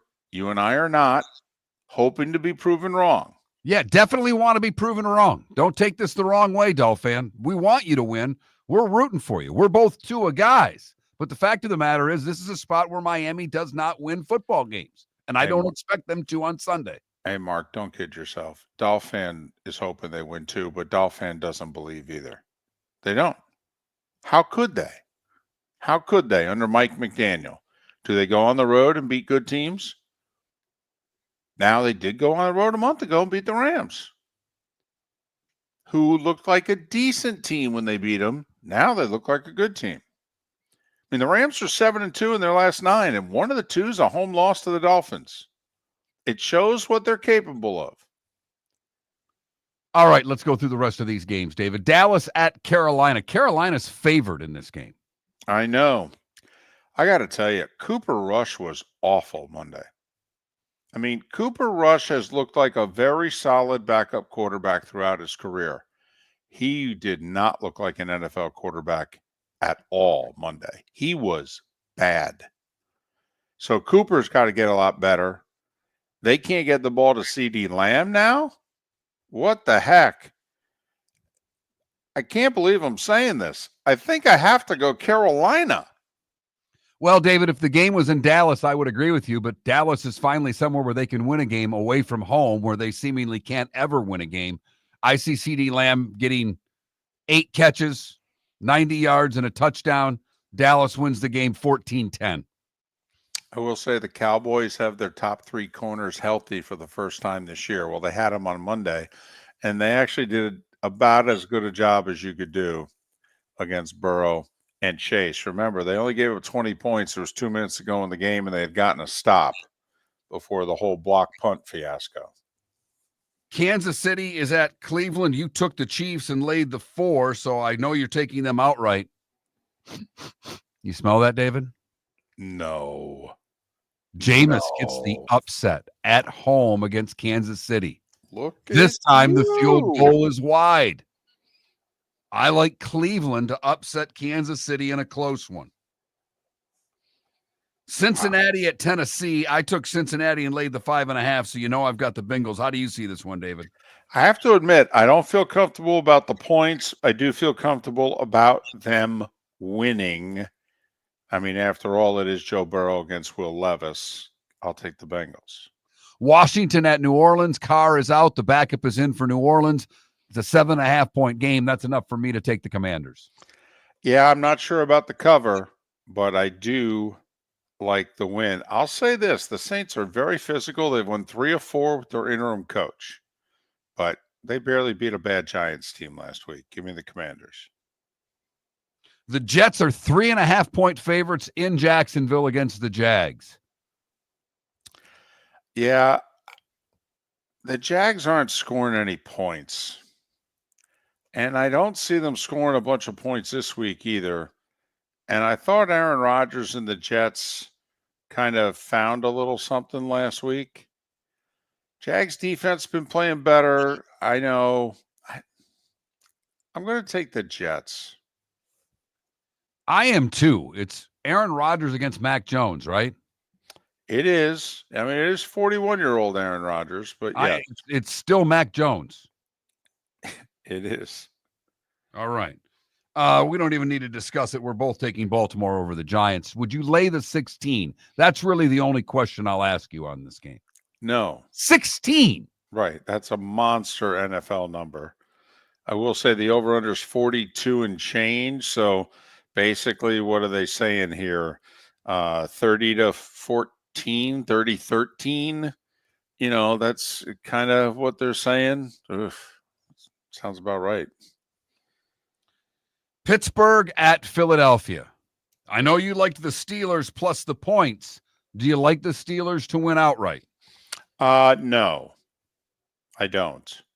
I don't think they're going to let Hurts throw the ball much. I really don't. I think this is a Saquon game. I think the Steelers need to go to their tight ends to win this game. But I know Pittsburgh's undefeated against playoff teams, and I know the Eagles have won 9 in a row. But I still have a little more faith in the Philly offense than I do the Pittsburgh offense. Pittsburgh needs to score touchdowns against the Eagles, and I'm not sure they will. And with no Pickens again, I don't see how it works out well for the Steelers in this game. I think A.J. Brown's going to score a touchdown at the least in this game. They're going to get him the ball. I like Philadelphia. Indianapolis at Denver. Do the Broncos end the Colts' chances for the postseason? I say yes. It's interesting. Both teams coming off their bye. If Denver wins, they'll have clinched a playoff spot. If the Colts win, they're a game back of the Broncos and they own the tiebreaker. Ultimately, do you have faith in Anthony Richardson on the road against a good team and a good defense? And I know you're going to say, hold on a second. I saw Jameis and the Browns go for 500 yards. Yeah, you did. And it was a simple reason. All right. The Broncos' second corner and nickel corner were both hurt. And those they put in their place were bad. I think 2 weeks later, the one corner's coming back. And two, I don't think the Colts have the weaponry that, quite frankly, the Browns did at receiver or tight end. And he can't throw the ball half as well as Jameis can. He is not an accurate thrower of the football. I expect interceptions if they do end up having to throw it a lot. I expect turnovers by the Colts. Give me the Broncos in this game. Almost took it in my Fantastic Five. If I would have been Moulton and started picking 7, 8, 9 games, I would have added this one to my list. Buffalo at Detroit. We both took the Bills plus the points. That means we're both taking the Bills outright to win the game. I just don't see Buffalo losing 2 in a row, David. There's that. There's the fact the Lions have won 11 in a row. I think the Bills had an emotional letdown last week. Sensed it coming, took the Rams. I just thought, they got the road game against Detroit that everybody had circled as a Super Bowl preview. The Bills had big wins leading up to it. It just seemed like a bad spot on the schedule, and I think the Bills' defense wasn't emotionally ready to play. I think the Bills' defense is better than Detroit's defense. Josh Allen will even things up with the Lions' offense. Give me Buffalo close. Tampa Bay at the Chargers. I picked the Chargers and laid the 3 points. Both these teams are very banged up. It's as simple as I'm taking the home team, and I think Justin Herbert will get enough done to beat Tampa Bay with their secondary being a little depleted. I think Tampa Bay gives a valiant effort, but I think they come up short against the Chargers. How do you see it, David? I think the Chargers are more injured on offense than the Bucs are on defense. The Chargers, to me, are Ladd McConkey. Can Justin Herbert and Ladd McConkey beat the Bucs? Because I don't think they have anything else. I don't think they have a competent tight end. They've got one above-average running back. Honestly, they are really hurting offensively. And I think the Bucs are much more dangerous offensively. I'm going to take Tampa in a close one on the road. I think what I'm hearing on is you might take the under on 45.5 as well, because I would. I don't see both teams scoring 20 in this game. I should have played it, to be honest with you. New England to Arizona. You give the Patriots a chance? Sure. Yeah, you wonder if Arizona emotionally spent. They've lost 4 in a row, and they know that their road is done. But I'll take Arizona. Green Bay and Seattle, you took the Packers and laid the 2.5. I'm going to go up against you. I think Seattle wins at home and gets it done and takes down Green Bay. You heard Pat talk about what the Packers' record is against playoff teams. They've won just 1 this year. Monday night, Chicago and Minnesota, Atlanta and Vegas. I'm going to take the Vikings and Atlanta, David. I am as well. Curious about Atlanta and Vegas, though. I don't think O'Connell's playing, so I think it's going to be Ritter, which is why the Falcons should win. So there it is, going through all of the NFL games. A big 4:30 slate to get yourself ready for the playoffs with the Lions and the Bills and the Steelers and the Eagles. Miller and Moulton, the good, the bad, and the ugly, 25 minutes away. American Paint Supplies, for nearly 30 years, is your one-stop shop for all your coating needs. If you are a designer, a contractor, a professional painter, or a weekend warrior, American Paint Supplies is the place where experts go to get expert solutions. At 6100 Shirley Street in Naples off of Pine Ridge, American Paint Supplies delivers the best solutions with the best products with the best support. Meet Gene and his team today at American Paint Supplies. Call 239-566-2700. That's 566-2700 or online at AmericanPaintSupplies.net. Gentlemen, as your wife mentioned getting new flooring, but you don't want to go through the hassle, well, go see the Floor Meisters in Naples next to Costco. They understand your time and money are important, so they'll make it as painless as possible. With a huge in-stock selection of carpet and Cortec, they can get you the floor your wife's been asking for. They carry wood, vinyl, carpet, and tile. If you do it yourself, no problem. They can handle that as well. So go see TJ at the Floor Meisters and tell them, just keeping it real. Whether you're chasing peak performance, reigniting intimacy, or simply want to feel your best, Game Day Men's Health creates customized game plans to optimize your health. Call 239-427-3441 for our Bonita Springs and Naples location to set up your free testosterone test and consultation. Mention Miller Moulton Radio Show for 10% off your service. Find your maximum self with Game Day Men's Health, Bonita Springs and Naples, Florida. Call 239-427-3441 today. Honey, you want to come out? I haven't seen you since Glass Doctor installed our custom shower enclosure. No thanks. Well, you can't keep eating breakfast in the shower, and laminating your magazines is getting expensive. You remember we have guests coming over tonight, right? Oh, I'm sure they'd love to see the shower. It's our neighbors, and I highly doubt they want to be hanging out in our bathroom. The shower's so good, you'll never want to leave. Visit glassdoctor.com today and schedule an appointment online. This is Miller and Moulton.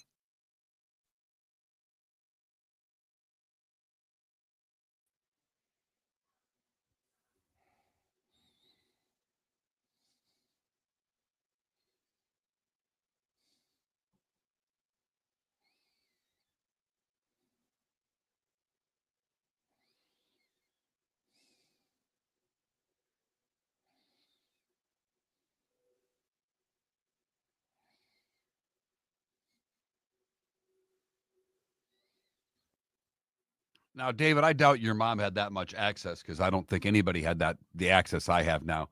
But I could not imagine my parents getting my grades on every assignment in essentially real time the way I get my daughters. Oh, my goodness. That would have been a nightmare for me. An absolute nightmare.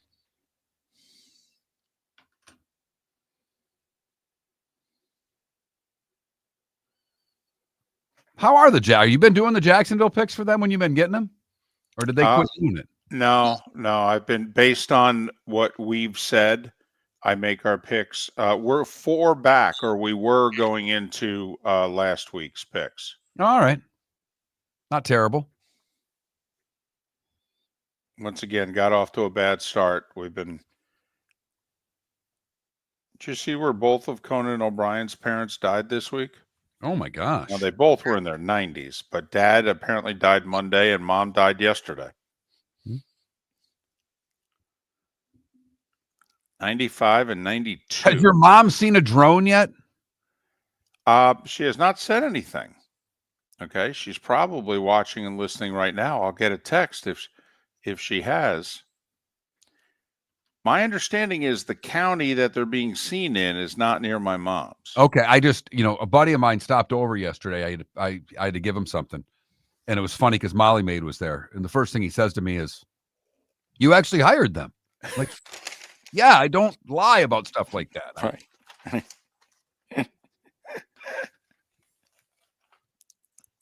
But he's like, "What do you think about these drones?" And I'm looking at him like he's got 3 heads. And he's like, "You don't know what I'm talking about, do you?" Like, go turn on the news. And I'm like, "What drones are you? What are you?" I said, "I'm watching the Belichick press conference right now. Right. I've got important stuff on my television." Right. Somebody tried to say they were drones from Iran. Somebody came out and said that's not true.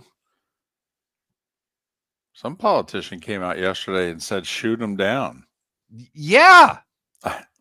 As a matter of fact, yeah. I don't disagree. You want to know whose they are? Shoot the damn things down.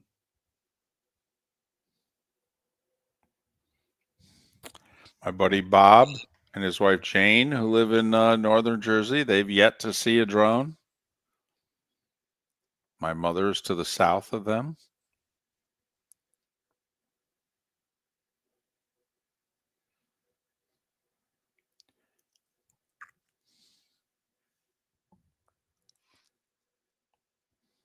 I don't know. With Nick not coaching, their pass coverage isn't as good in Bama first day. Right. If Nick was still coaching the corners, then I'd be right there with you.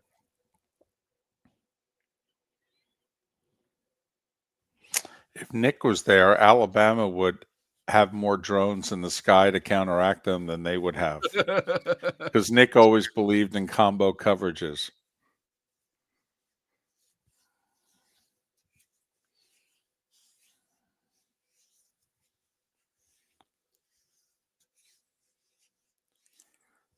Tell you what, if my dad and my dad's mom were still alive and the drones flew over their place, they would have grabbed their shotguns and just fired at them.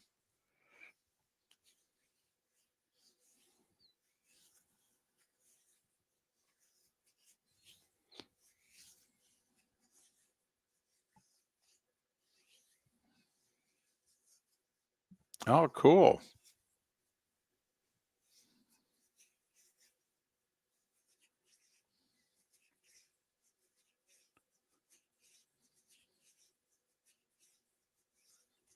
I'm with you, RCB.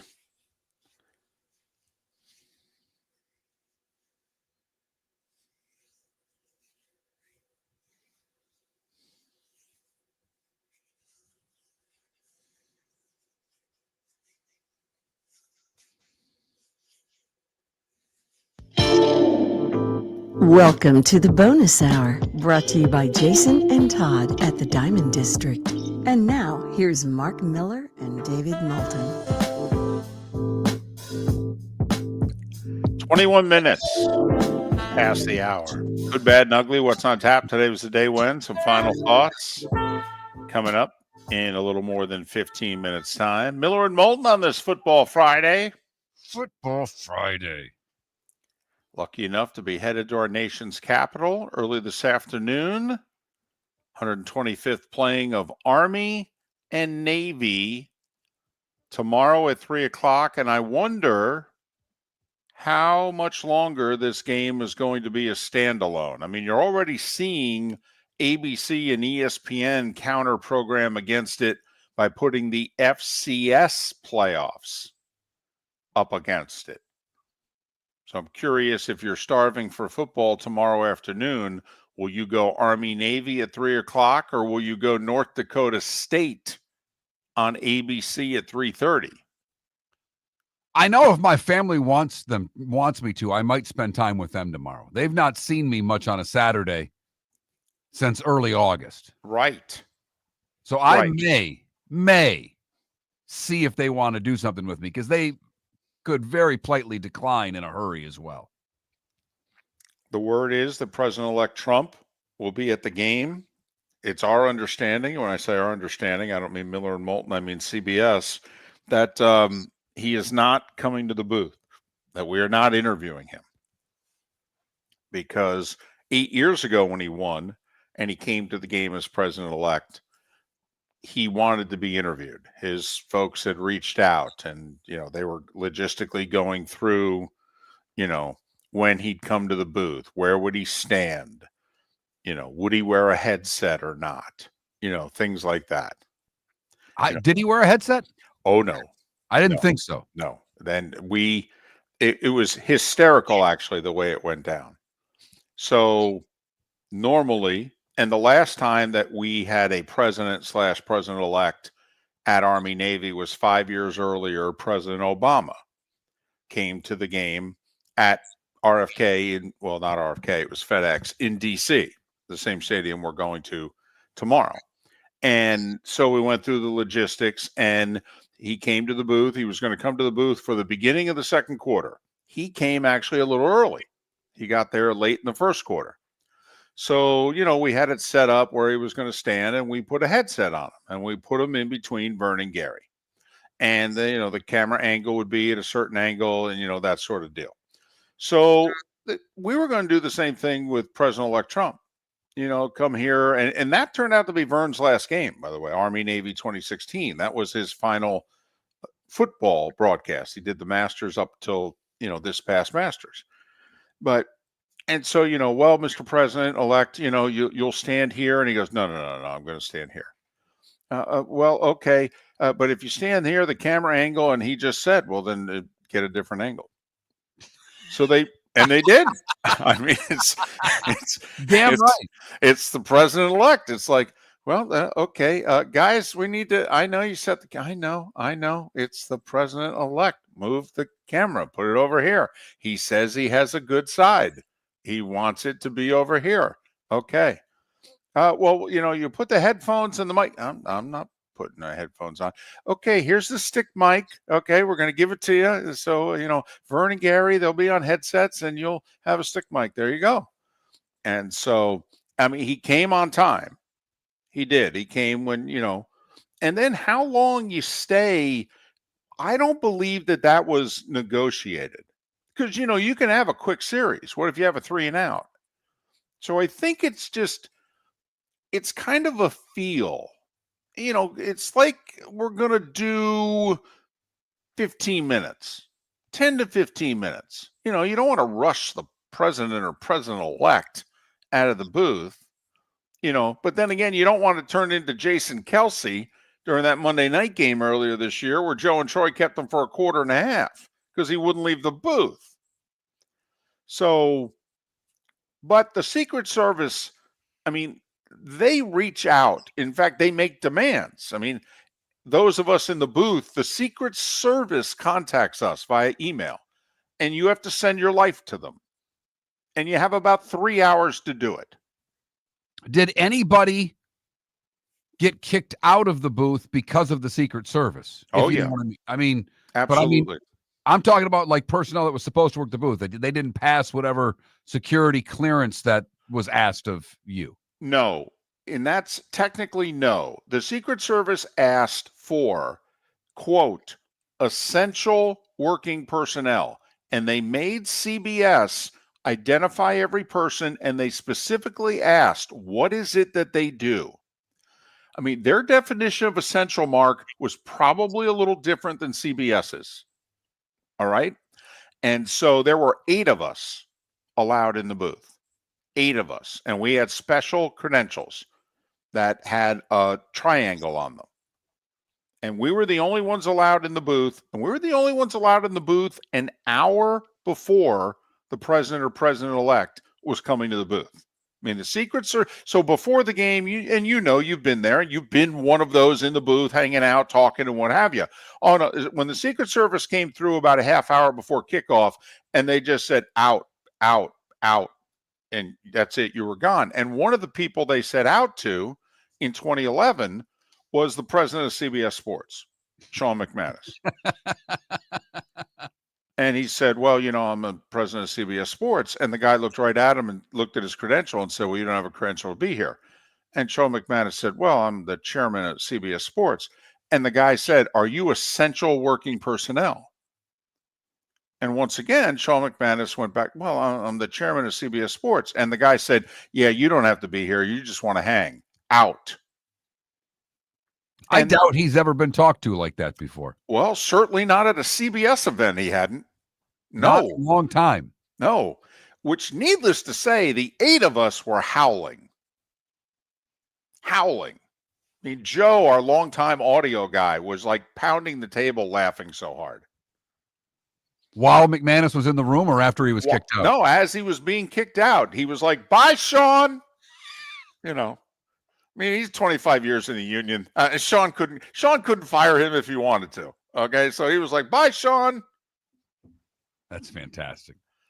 So yeah, and it's, the Secret Service has not reached out to those of us in the booth. So we are under the assumption, but then again, the president-elect can change his mind. And so I'm preparing questions anyway, just in case all of a sudden we end up with an interview with President-elect Trump. Probably a smart move. Might as well be prepared because he may get a wild hair and say, I think I want to go in the booth. Right. Exactly. So now I have to admit, this is a difficult, if you think about if you were writing questions down for somebody to interview the president/president-elect, that's not an easy assignment. How serious we want to get here? Do we want to get serious at all? How lighthearted are we going to get? Are we going to try a funny question? A ha-ha. And this is one of the few times I actually had a lot of input into this. I wrote a lot of the questions down, and Vern and Gary could choose to use what they want. So I had a ha-ha question for President Obama, and I had a ha-ha question for President-elect Trump. And Gary went with both, which is risky. The ha-ha question for President Obama was, so how married to this Biden guy are you? And President Obama turned and looked at him, and Gary said, if you go with Tebow as vice president, you'll get both Colorado and Florida, who are both swing states. Okay, you'll lose the South, but you'll get Colorado and Florida. What do you say? And he loved it. He laughed, thought it was funny. Never mind the fact that Tebow constitutionally didn't qualify. It was a ha-ha question. And remember, this is 2011. Tebow is only like 2 years removed from playing college ball, and he's a phenom at the time with the Broncos, leading them to the playoffs that year. And then with President-elect Trump, it was like, listen, you've got a lot of, jobs to fill here. Have you thought about an ambassadorship? And I forget which Nordic country Vern is from, Norway, so but whichever one it was, I said Ambassador Lundquist. And President-elect Trump loved it, actually had his people contact Vern, and Vern applied for the job. So anyway, Army, Navy, 3:00 tomorrow. Cigar Bar started as a neighborhood place in downtown Fort Myers, and now it's a brand, a destination with 4 locations. The original place, Henry Street, Fort Myers, Gulf Coast Town Center, on Southeast 47th Terrace off the Cape Coral Parkway, and the Lounge on West 1st Street in Fort Myers. A place to go, whether you just need a relaxing drink and a smoke after a tough day at work, or a place to go celebrate. From relaxation to celebration, the world-famous Cigar Bar. American Paint Supplies, for nearly 30 years, is your one-stop shop for all your coating needs. If you are a designer, a contractor, a professional painter, or a weekend warrior, American Paint Supplies is the place where experts go to get expert solutions. At 6100 Shirley Street in Naples off of Pine Ridge, American Paint Supplies delivers the best solutions with the best products with the best support. Meet Gene and his team today at American Paint Supplies. Call 239-566-2700. That's 566-2700 or online at AmericanPaintSupplies.net. Sleep problem but don't want to wear a CPAP mask? This is Mark Miller for Sleep Treatment Direct. The mask wasn't working for me, and I didn't think I had an alternative. I do. We all do. They have such simple alternatives with greater success than the mask. Visit SleepTreatmentDirect.com. That's SleepTreatmentDirect.com. And if you are like me and your CPAP machine isn't working for you, it's time for a change. Call 239-444-1741. That's 239-444-1741. Sleep Treatment Direct. Sleep safe and sound.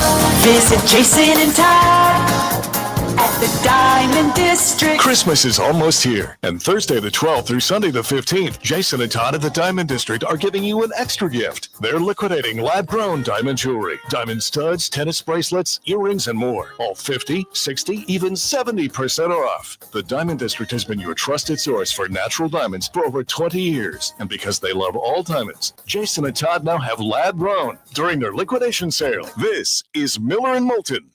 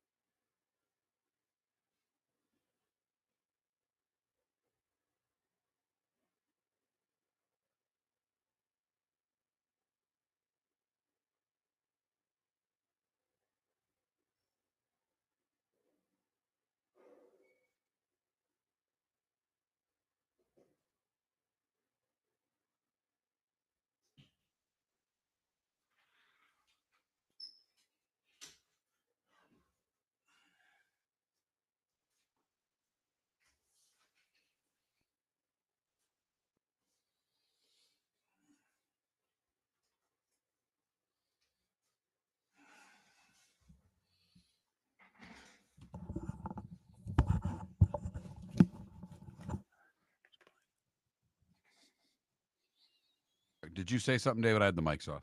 I did not. No.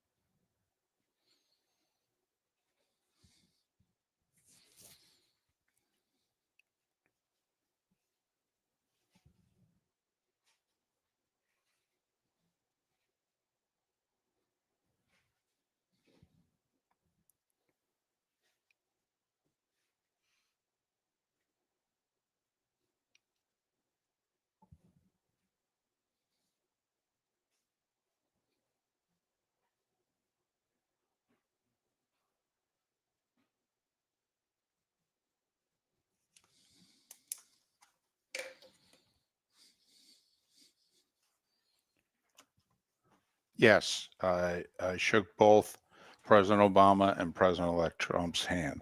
Yes. And they were both really good. Obama stayed longer. He posted pictures, group photos, and what have you. And they sent us all the pictures. The White House did. It took about 2-3 weeks. They sent us all individually because they had all our information, obviously. So no, but President Trump stayed. Okay, took a picture with us. Shook all our hands. No, they were both really, really good. I shook Trump's hand too. It just happened to be at a party. Right. When I turned around and thought that it was Mike Basil, and it turned out it was Donald Trump. Kind of taken a little off guard.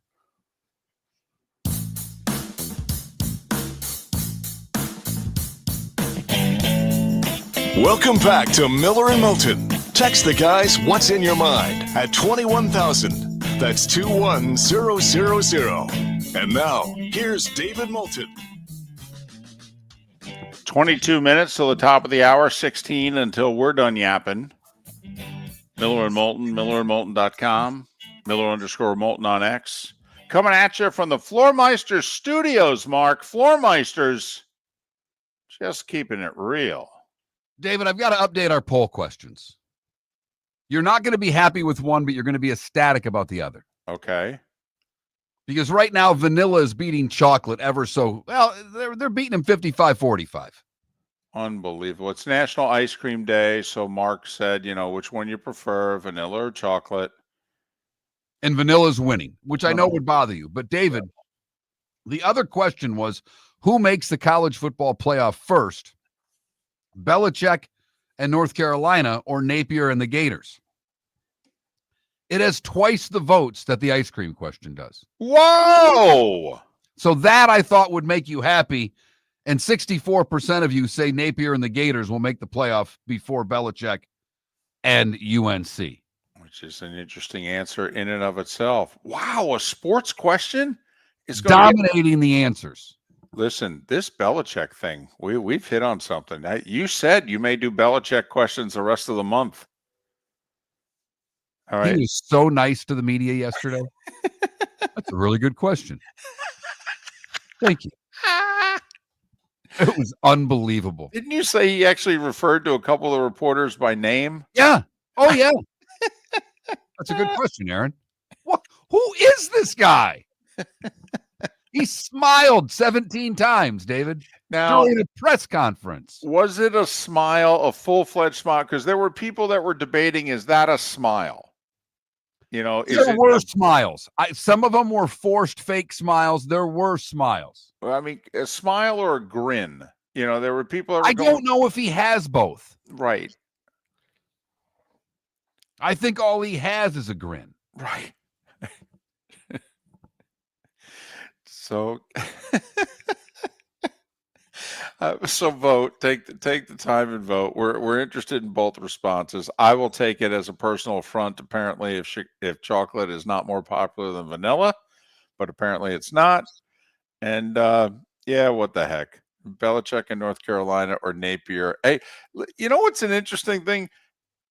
If you're picking Napier and the Gators, then you're thinking he's going to be here a while.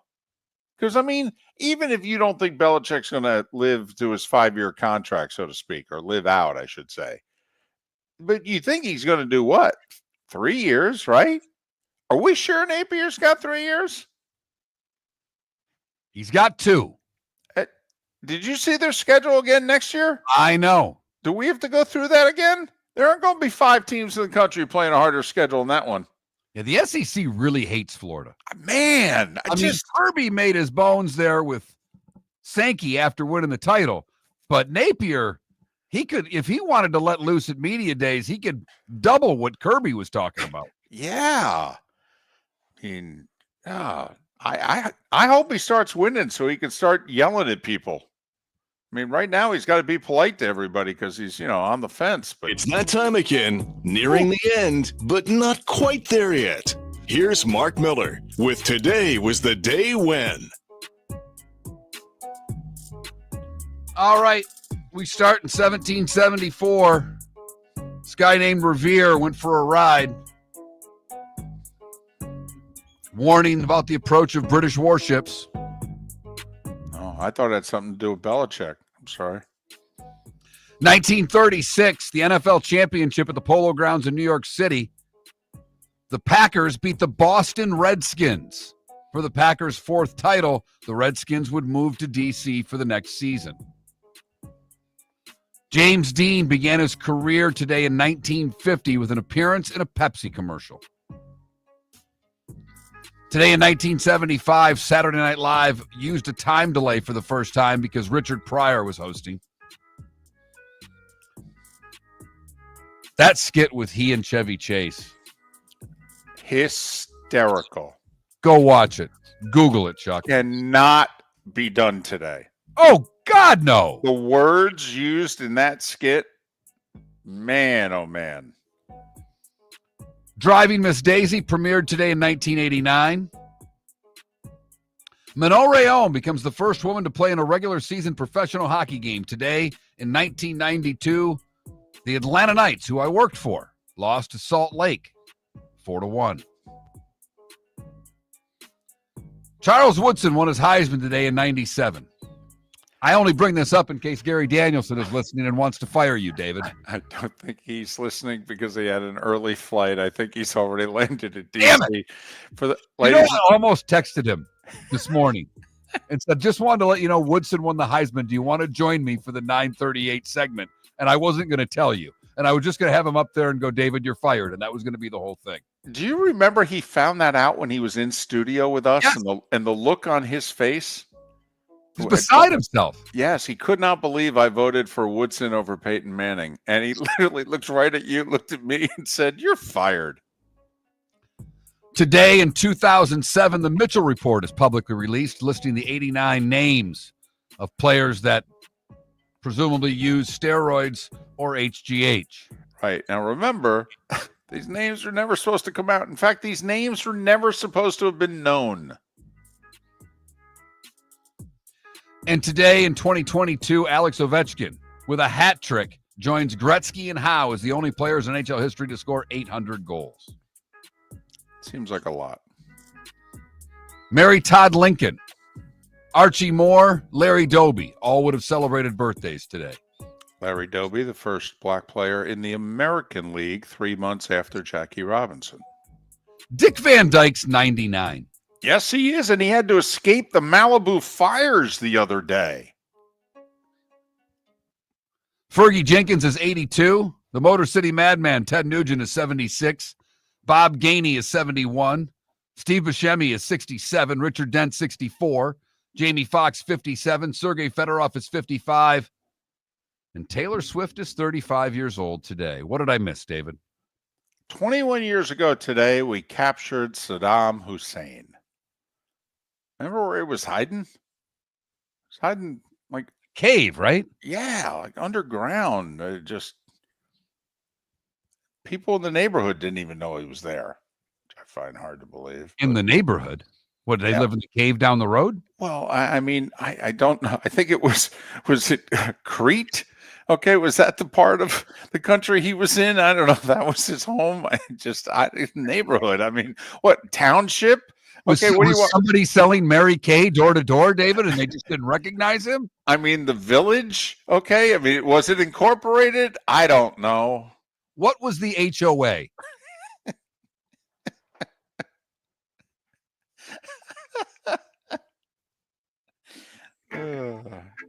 Got me on that one. Time to see life a little bit differently. Here's Mark Miller with the good, the bad, and the ugly.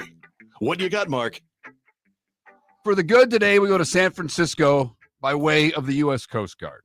The Coast Guard presented its highest aviation honor, the Distinguished Flying Cross Medal, to one of its pilots Thursday for a daring rescue that saved two injured teenagers.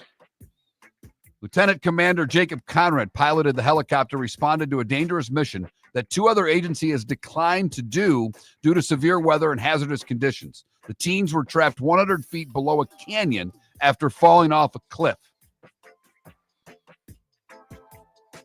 So, to you, Lieutenant Commander James Conrad, we thank you.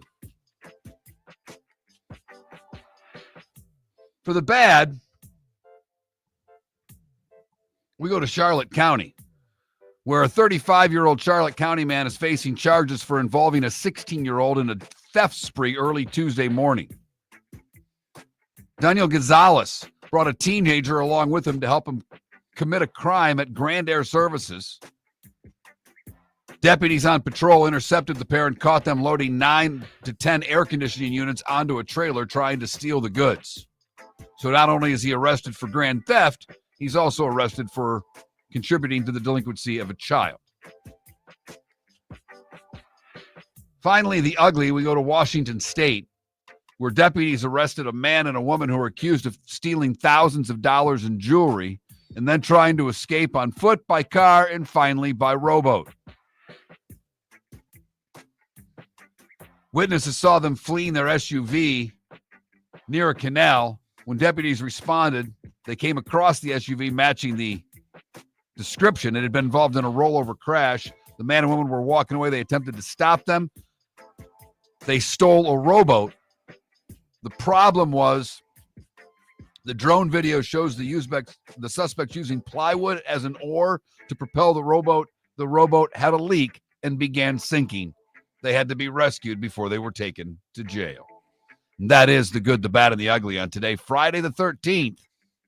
Brought to you by the Cape Coral Police Department. Go to capecops.com, where they are still giving $10,000 to new officers. capecops.com. Do you know that Fox is airing a college basketball game tonight at 8 o'clock? I did not know that. See, these networks, much like NBC is going to, beginning next year when they get the rights, they're going to follow up Saturday night college football, Sunday night, NFL. They're going to, one of those two nights, they're going to have NBA because they have the rights to the NBA. They're going to keep the whole, I think it's Sunday night. They're going to keep the whole Sunday night sports thing going. By the way, NBA ratings are awful. So are NHL ratings, though. Yep, we said that. But I mean, apparently 48% are NBA ratings so far. I mean, that's losing half your audience. I mean, to me, that's the public saying, this product, this three-point shot after three-point shot, this doesn't interest us. Just saying. But Indiana at Nebraska at 8 o'clock tonight on Big Fox. Indiana at Nebraska? I know. Not Duke, Kentucky. Right. Uh-huh. Wow. Meanwhile, Friday's usually a ESPN doubleheader, but not tonight. NBA TV, 9 o'clock, Clippers Nuggets. That's it. And apparently the hockey folks are scared of Friday the 13th because there is only one game in the National Hockey League tonight. Ottawa at Carolina. Wow. So that's it. There is an FCS football game tonight. You bet it, right? I mean, isn't this South Dakota and UC Davis? No. That's tomorrow. Because Oh, we're to the quarterfinals in the FCS, so we got 4 games this weekend. One's tonight, and it's on the mothership, as Dan Patrick likes to say. It's on ESPN at 9:00. The number 1 team in the FCS is Montana State. They're hosting the Vandals of Idaho, and they are 14-point favorites. Can't believe you didn't bet the Friday game. You've been so good on Fridays in college football. The 14 concerns me. I just wonder if it's too much. And I mean, you should bet the home teams in the quarterfinals of the FCS. You know, the other 3 home teams are South Dakota State, North Dakota State. North Dakota State, a 24-point favorite over Mercer. I mean, you're not playing outdoors. In fact, you're not playing outdoors. I think it's one of the two. I think it's South Dakota that plays in a dome also. That's where Vinatieri went to school. All right. But anyway, I'm betting South Dakota tomorrow. I'm laying the 4. I got the home team. I got the Coyotes, I think it is. Against Montana UC State? Davis. Or no, I'm okay. Montana State tonight, the number 1 FCS team. I mean, if you know they're 13-0, you want to see the number 1 team tonight, 9:00 ESPN, Montana State. You know the 13 guys that Cignetti's going to grab and come join him in Indiana next year. Right. Indiana's next offense. Right. We'll find him at an FCS school near you. Hey, don't laugh. Don't laugh. Okay, come on now. It makes you wonder, how come that James Madison didn't win the Natty if all those guys are kicking butt in the Big Ten this year? It's still remarkable, and you talked about it earlier, what Ohio, because their quarterback's from Ohio at Indiana. They lost their quarterback and a bunch of other players and still won the MAC. That's a coaching job. They lost. He should be the national coach of the year. The coach of Ohio lost 24 guys, the quarterback who's at Indiana, and over 20 other guys off a good team last year. And he was picked to finish last or second to last in the league this year. He won the league. Arizona State guys got a claim for that title, too. I know. No, there's people. I mean, hell, even Dion should get votes. I mean, absolutely. He won't, but he should. By the way, Dion hatred out there for him to win awards like that. Heisman Trophy tomorrow. Travis Hunter's going to win it. I don't think that's close. Oh, really? You think it'll be resounding over Genty? Yes, I do. Okay. By the way, I've seen Genty go in the top 15 of mock drafts. Yeah, to the Cowboys, right? Oh, that was one, yeah. Hey, have a great weekend. Thanks for spending the week with us in some way, shape, or form. Miller and Moulton, take care. We started our show 18 years ago and have been fired 3 times, but Miller and Moulton have never lived on the edge like we are now. We have our best morning ratings ever, are steadily adding affiliates, yet we only have a few sponsors. And if that doesn't change, we can't continue. But if you want to advertise on Miller and Moulton, reach out to one of us directly by texting sponsor to 21,000 or contact Mark on X at that Mark Miller or me at the David Moulton. You can save Miller and Moulton and make your business some serious money by texting 21,000. American Paint Supplies, for nearly 30 years, is your one-stop shop for all your coating needs. If you are a designer, a contractor, a professional painter, or a weekend warrior, American Paint Supplies is the place where experts go to get expert solutions. At 6100 Shirley Street in Naples off of Pine Ridge, American Paint Supplies delivers the best solutions with the best products with the best support. Meet Gene and his team today at American Paint Supplies. Call 239-566-2700. That's 566-2700 or online at AmericanPaintSupplies.net. Wine glasses never fall over until you get a brand new rug. Oh, no! Ketchup bottles act normal till you're wearing a new shirt. Oh, you kidding me? And rocks slide peacefully on the road till the day you get a brand new windshield. Then they fly up off the road and attack without mercy. That's why new windshields from Glass Doctor come with our windshield protection plan. Unlimited repairs and 1 replacement for 12 months. Don't just fix it, protect it. Glass Doctor. A neighborly company.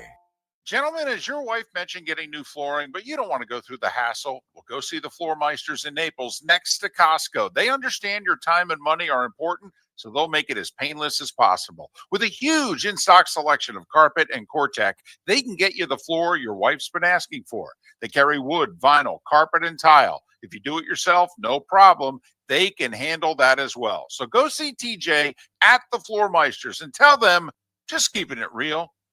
The Cape Coral Police Department is growing. They are currently looking for police officers and are offering a $10,000 signing bonus to newly hired officers. If you desire a career in law enforcement, or if you are already in law enforcement and thinking about making a move to a better agency, think Cape Coral Police Department. If you're looking for a police department that is committed to excellence, that invests in the highest level of training, state-of-the-art equipment, and some of the highest compensation in all of Southwest Florida, then the Cape Coral Police Department is for you.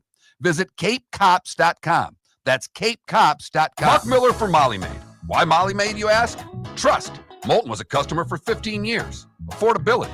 Didn't I just say Moulton was a customer for 15 years? Worry-free services. Our professional house cleaners are fully insured and a 24-hour warranty. Call Molly Maids today at 239-774-5839.